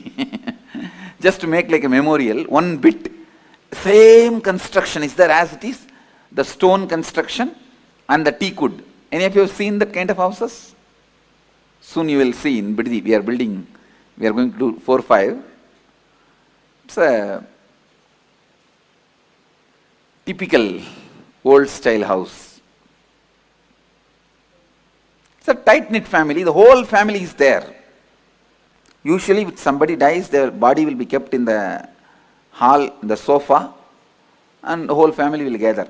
See, this family is such that every month somebody will be attending the age, some engagement, some marriage, some death. Every once in 2-3 months there will be some festival, some program, some function. It will be continuously going on. That day when I woke up, I saw so much of crowd. I thought, who died? Because there's no other function. I asked my mother, what happened? Anybody died? All of them have gathered? All the relatives are there? She told me, no, they all came to see you only. I said, I am alive. Then she said, no, because you said you are going to become a sannyasi, they all came to see you. And literally, like a dead body, I was made to sit on the sofa in the center of the room, hall. It's called Nadu Kottadi. They call it Nadu Kottadi. And in the center I am sitting. All the group, the whole group is sitting all around. And some who doesn't have courage, they talk among themselves. Some who has a courage try to confront me. One by one comes. And first comes my father's elder brother's wife, Periyamma, means aunt. She comes. What will happen to our family prestige if you become a sannyasi? And the funny thing is, night I told my mother, by early morning the whole village knows. Before I wake up, the whole village is there. There are nearby relatives. In those days, cell phone was not that common also. All the other villages also information is gone. They are all on the way. And you need to know, 2 families sat and already saw a girl for me. Usually in this tight-knit families, if a boy is born, immediately they will tie a girl. The mama ponnu, atta ponnu, edavadhu onnu tie panni vechiruvaanga.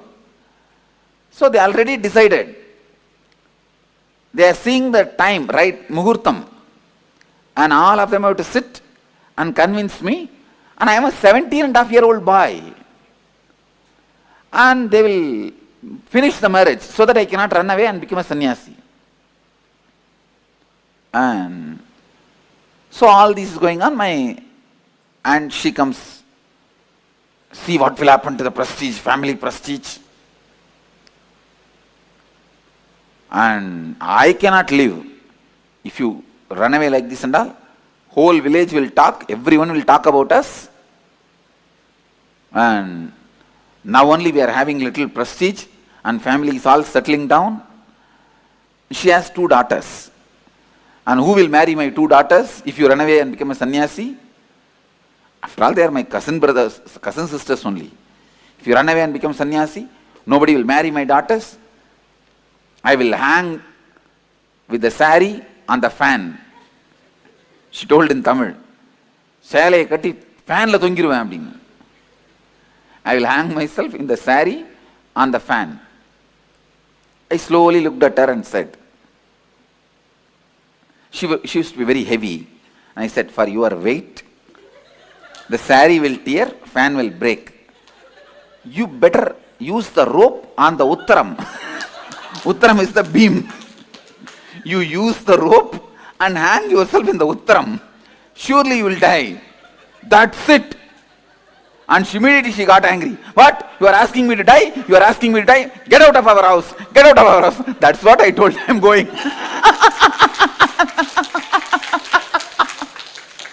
I told her. That is what I am telling. I am going.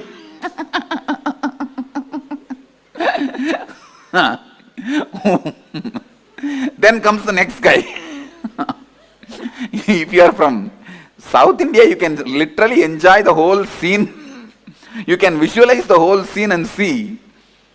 These fellows are so bothered about what others will talk about us.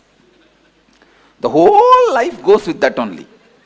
And then comes my uncle, means my father's sister's husband. Mama, my uncle, he comes. We are all living in the house and living a spiritual life. Are we all not living a spiritual life? Why don't you do that? Why do you want to leave the house? He's a drunkard. He's alcoholic.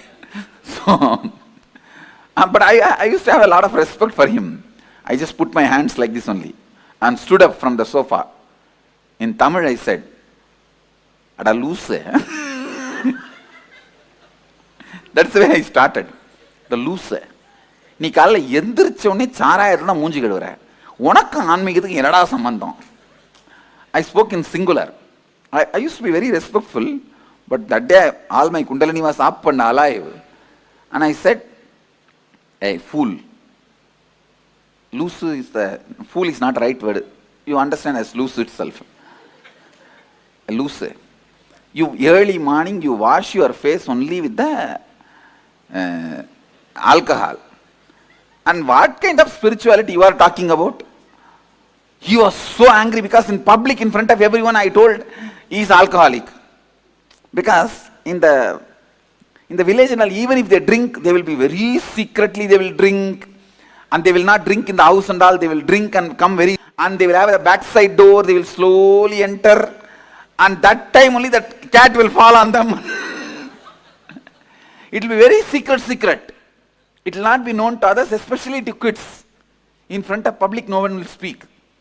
And even the relatives will not sit together and drink. This fellow will go separately and drink and come. This fellow will go separately and drink and come. In the alcohol shop, even if they meet each other, they will put the towel and cover the face. And because I told him that he is alcoholic in front of the whole group, that's it. Hey, you told me I am a drunkard? Get out of our house. Get out of our house. I said, that is what I am telling.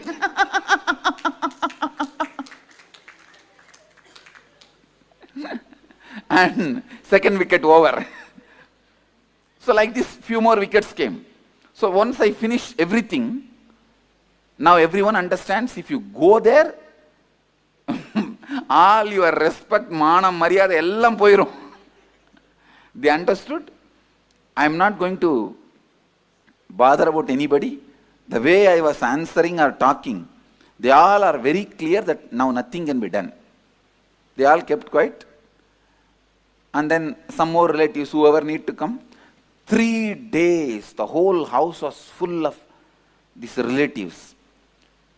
Some trying to convince me, some from distance itself they will talk.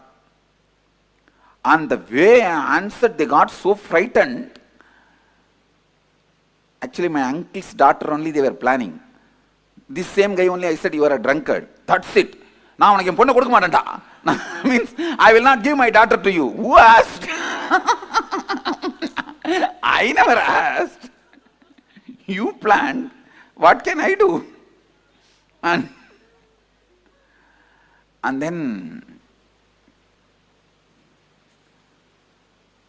they were planning these, that, and they tried to call my college friends and whether they will be able to give any advice to me.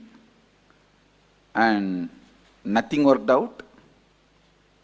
Finally, third day, Wednesday I told them, and Thursday, Friday.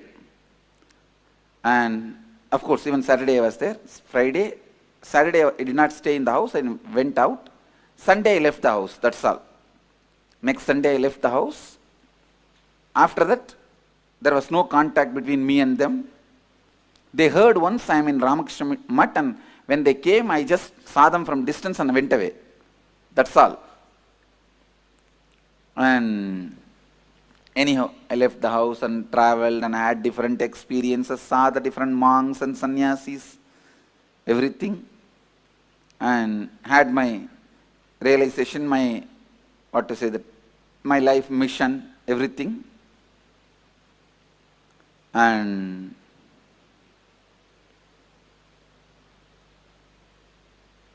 when I had that experience at the age of 22, that I am an incarnation to transmit this experience, my body and mind is prepared for it.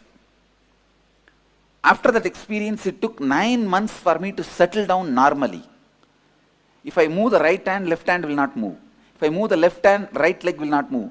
The coordination will not be there. If I speak, everything will be stopped. That's the way body was functioning. To settle down and become normal, it took 9 months. So when I settled into the body and became normal, the first thing I felt is I have to complete that biomemory which was left in me as incomplete. So I went back to Tiruvannamalai. Actually, that time I was staying in a place called Kanchipuram, near Kanchipuram, a place called Perukkaranai. And there they take stones for making deities. So there are artificial caves where they removed the stones, quarried the stones. I was staying in one of those caves. Then when I decided, I wanted to complete with her. When I felt I should complete with her, immediately I went back to Tiruvannamalai. I went to the house where they were staying. There I saw nobody is there. And somebody else is having shops. I went there and asked. I wanted to see Arunachalam and Loganai, my father and mother's name. They said, no, they are not here. They went away. I asked, it is their own house? They said, no. 8 years before they sold this house. They went away. I asked them, where are they? Do you know the address? They said, we don't know where they are. We don't even know whether they are in Tiruvannamalai. We don't have any idea. When I was inquiring, they thought that I am coming there for food, because my mother had a wonderful habit, which is from my grandfather. Every day, she will go and find some sadhus and get them and give them food. My grandmother also had this pattern. Every day, she will go and find some sadhus from the temple and get them, give them food, only then she will eat. My father's mother and mother's father, both of them had this habit. So sadhus will come regularly to have food. So these guys thought I came for food. So they said, we will give you food. I said, no, I just wanted to meet them, that's why I came. So I do not know now where they are. I went to temple and sat there. It's already maybe around night 8 o'clock. I thought in the temple at least some of the friends or relatives will come. I'll see them or they will see me, then I'll ask them. When I was sitting in the temple, first time after 9 months, I felt the hunger. Because I settled into the body. That was the exact day I settled into the body. It was Deepavali day. And I settled into the body. And I think next day to Deepavali, Amavasya, I went to Tiruvannamalai. First time then I thought, what is this? In the stomach something is going on. Then I realized, oh God, it's hunger. Because the 9 months, hunger, thirst, everything disappeared from the body. All human activities have disappeared from the body. No one too. Means when nothing goes inside, how anything can come out? And even if we eat little bit, I think whether it's completely gets assimilated, I don't know.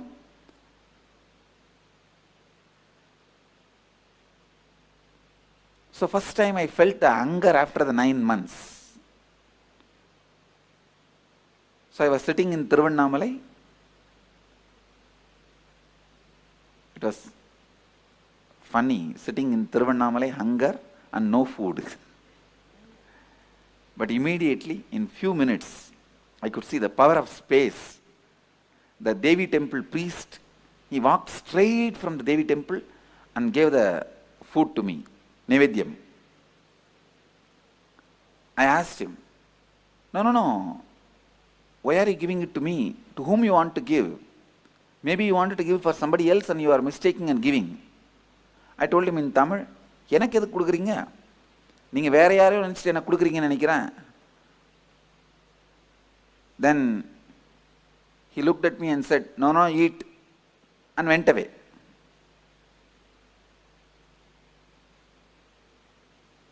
After I ate and washed the hands and I was sitting, from distance I saw one young man saw me and started running.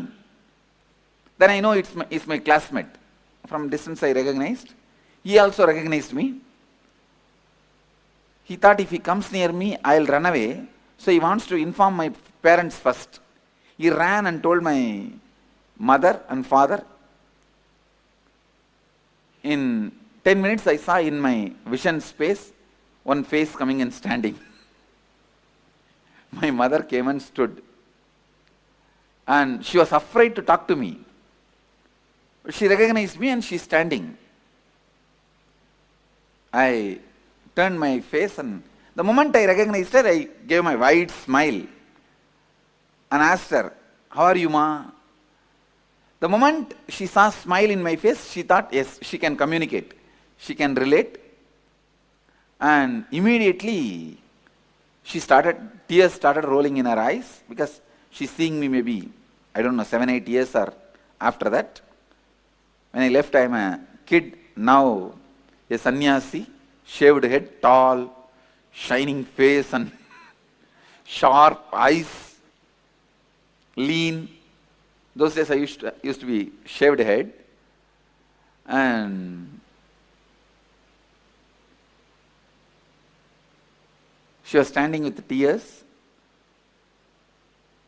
Actually, first I only stood up and pulled her and hugged her.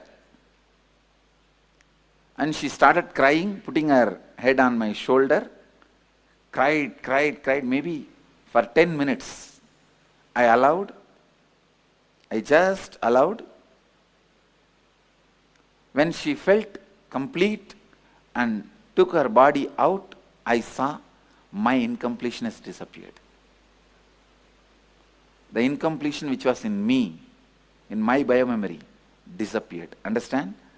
The one hug, incomplete hug, which I separated my body, where I pulled myself out, that incompletion, which was in my biomemory, became complete when I hugged her again and allowed her to express the love.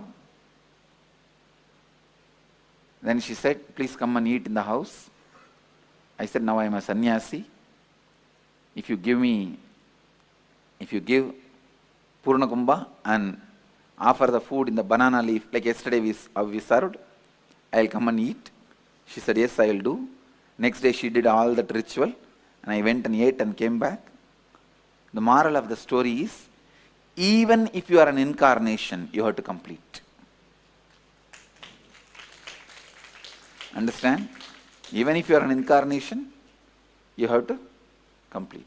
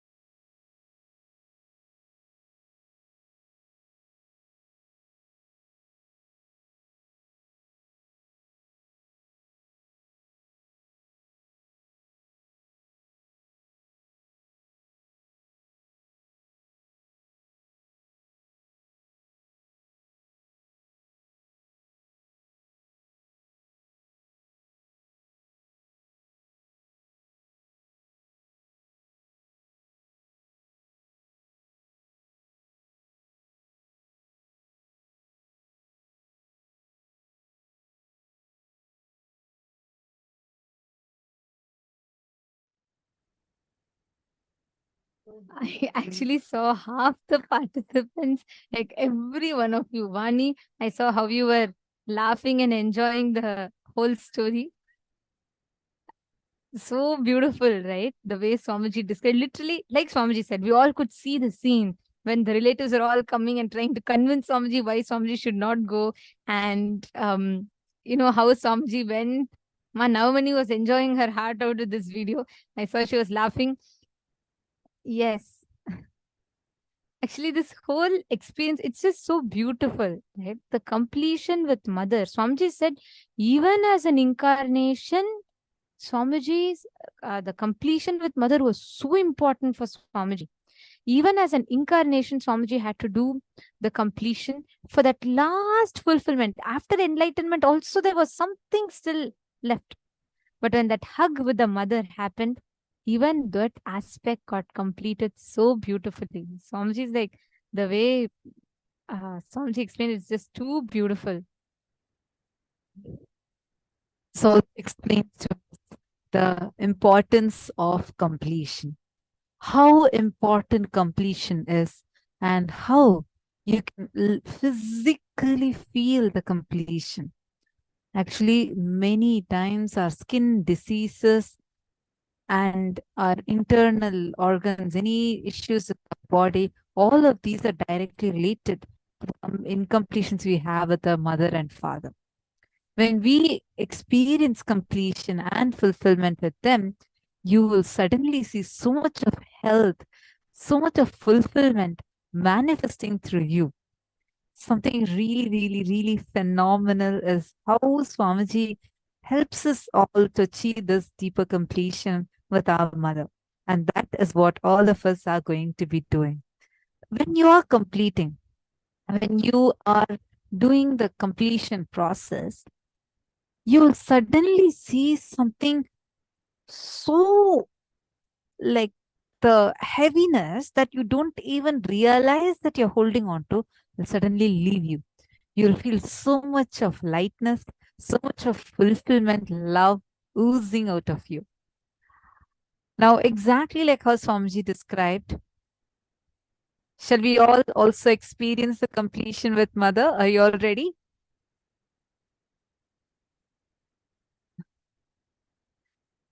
Wonderful. Actually, right after this exercise, we are going to have a very powerful meditation technique. If you want to invite anyone to attend the program today, you can call them even now so that they don't miss out the meditation. Take a few minutes and quickly leave a message to them. The meditation that we will be doing right after this completion process would be the Anahata Chakra meditation. So it's very, very, very powerful. So now let's enter into the internalization exercise where we are going to be doing the completion with Mother. Now we all did this process of completion with others, right? Just before the session. What did we realize in that? What are the clicks that each of you had in that session? Can you all take a few minutes and post that in the chat? What are the clicks that you have? When you did the previous session, what are the clicks you had when you did the completion with others? Take a few minutes and share that with us.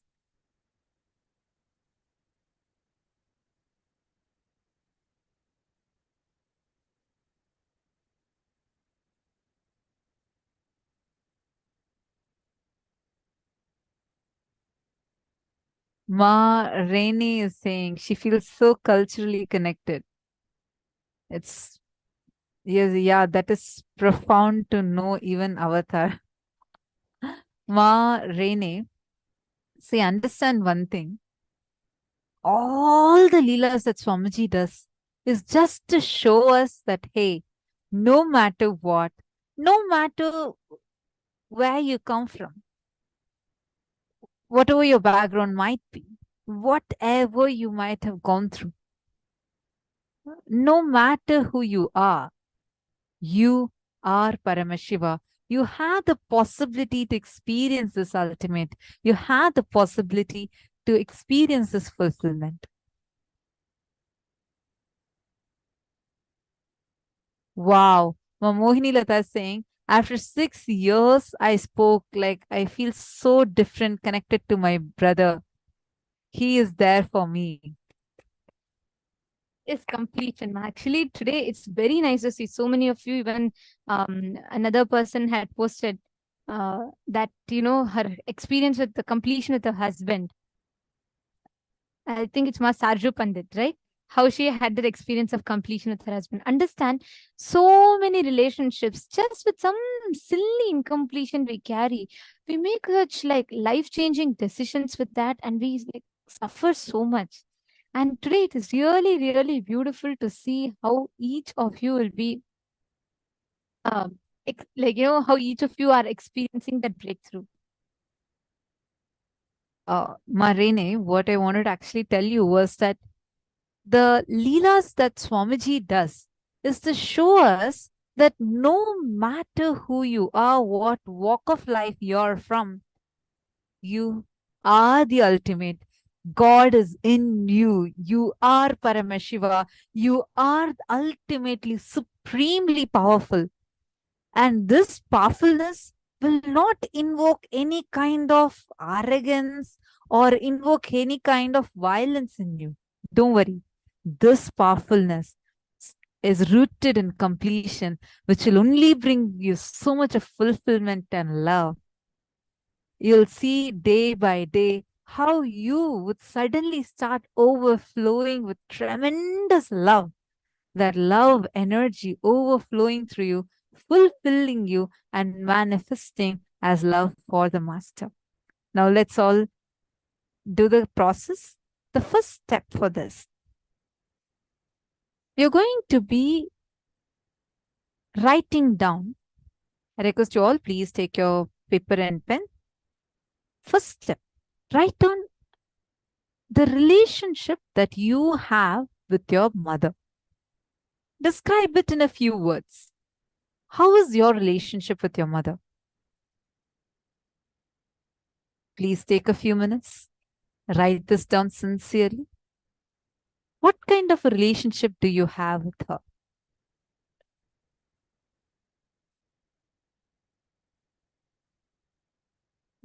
When I say describe your relationship, it means like describing the way, like for example, I feel that I have not been a good daughter to her, good son to her, or I feel that I should have helped her more.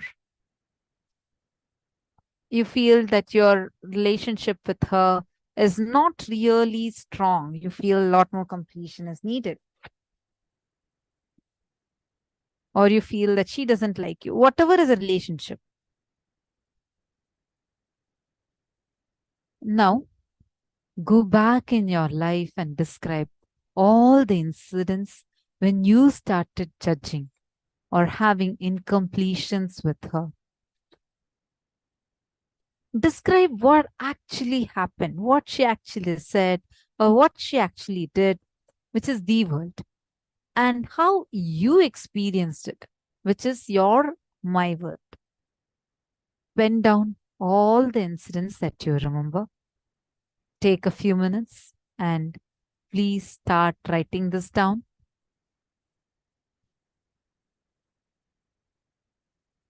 If you have any doubts you have, feel free to ask us, but please start writing down. I actually request everyone, see, don't go off to any other step. Just do this first step. In the slides, you'll see as first 4 steps. Just write that down. Ma Sally is asking, what if she has passed away already? No problem, Ma. See, Ma Sally, understand one thing. Even if she has passed away,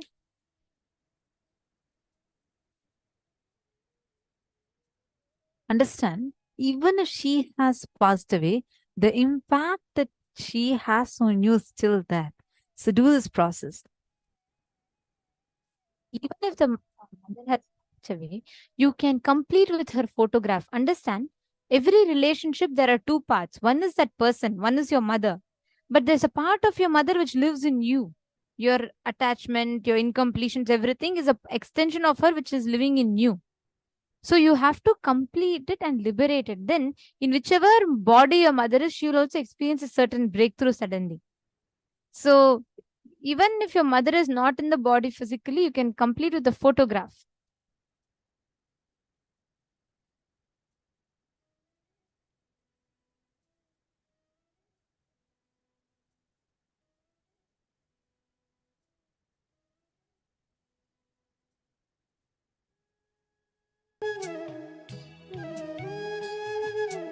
Step 1 to 4.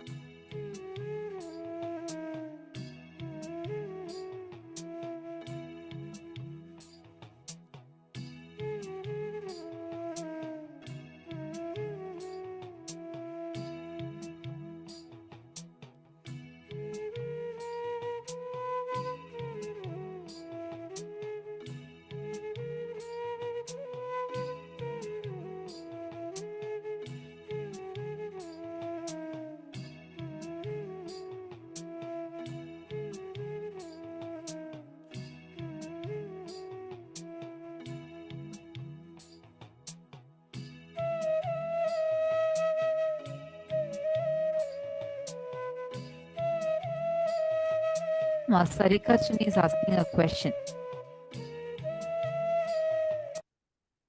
Ma, how do you know if how do you know when I have completed with my mom? As a long time ago, I accepted her for what she was a long time ago. I have no malice towards her, and indeed understood everything she did for us was in our best, etc. Ma Sarika Chuni. Sorry, Ma Sarika Chuni, possible to come on camera, Ma?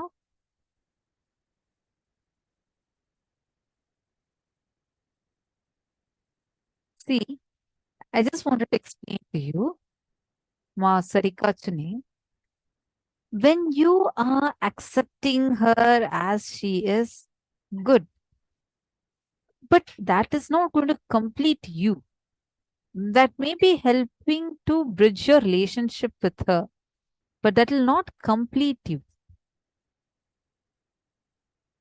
So, for you to experience real completion, you actually need to do the completion process. See, understand this.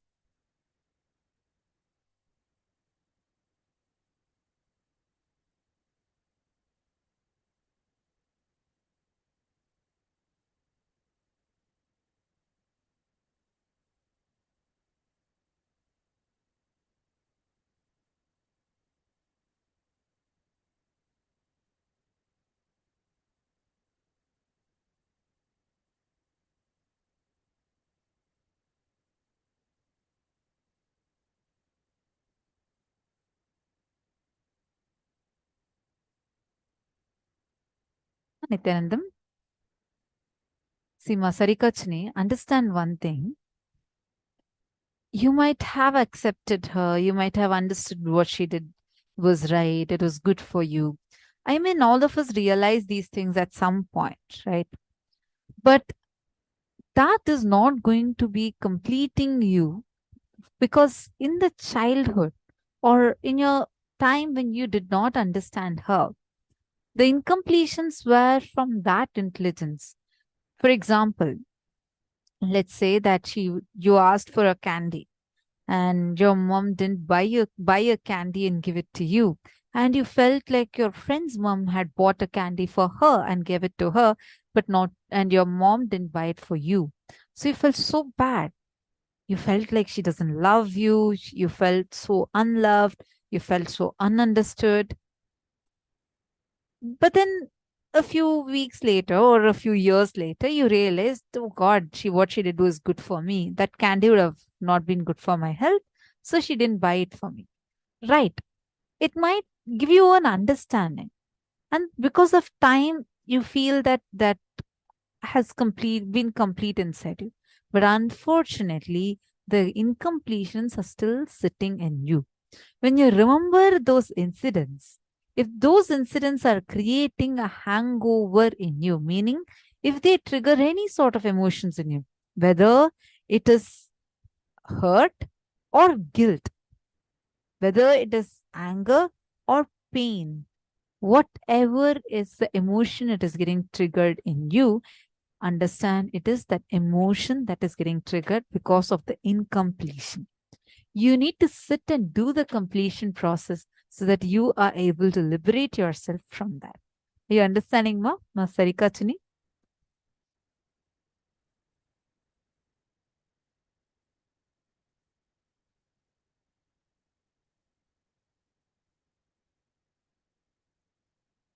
Sorry, you heard me, Ma? I'm just seeing a comment saying no sound. Did you hear me? Ma Sarika Chuni. Okay, you got it. Thank you, Ma. So sit and complete. See, even for others, whoever even feels that no, my mom is not in her body anymore, don't worry. You can invoke her. First, do the steps. We'll help you, we'll support you, we'll guide you how you should do the completion. Like how so beautifully Swamiji revealed it to us.